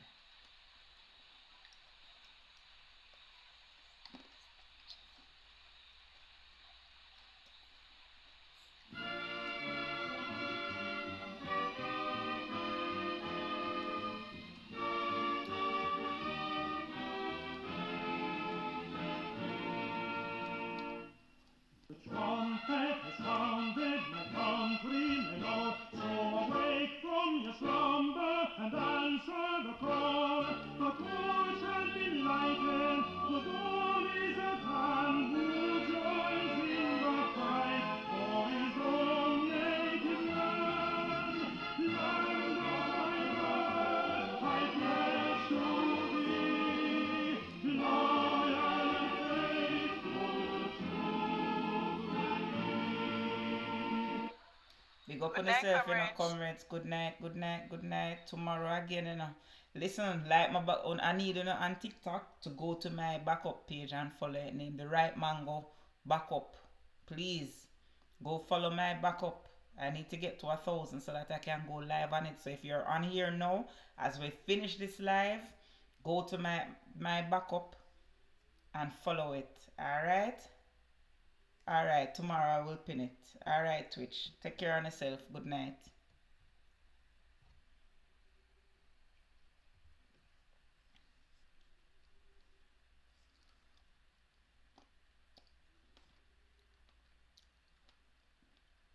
Little more, Comrade Ricky. Pastor Ricky.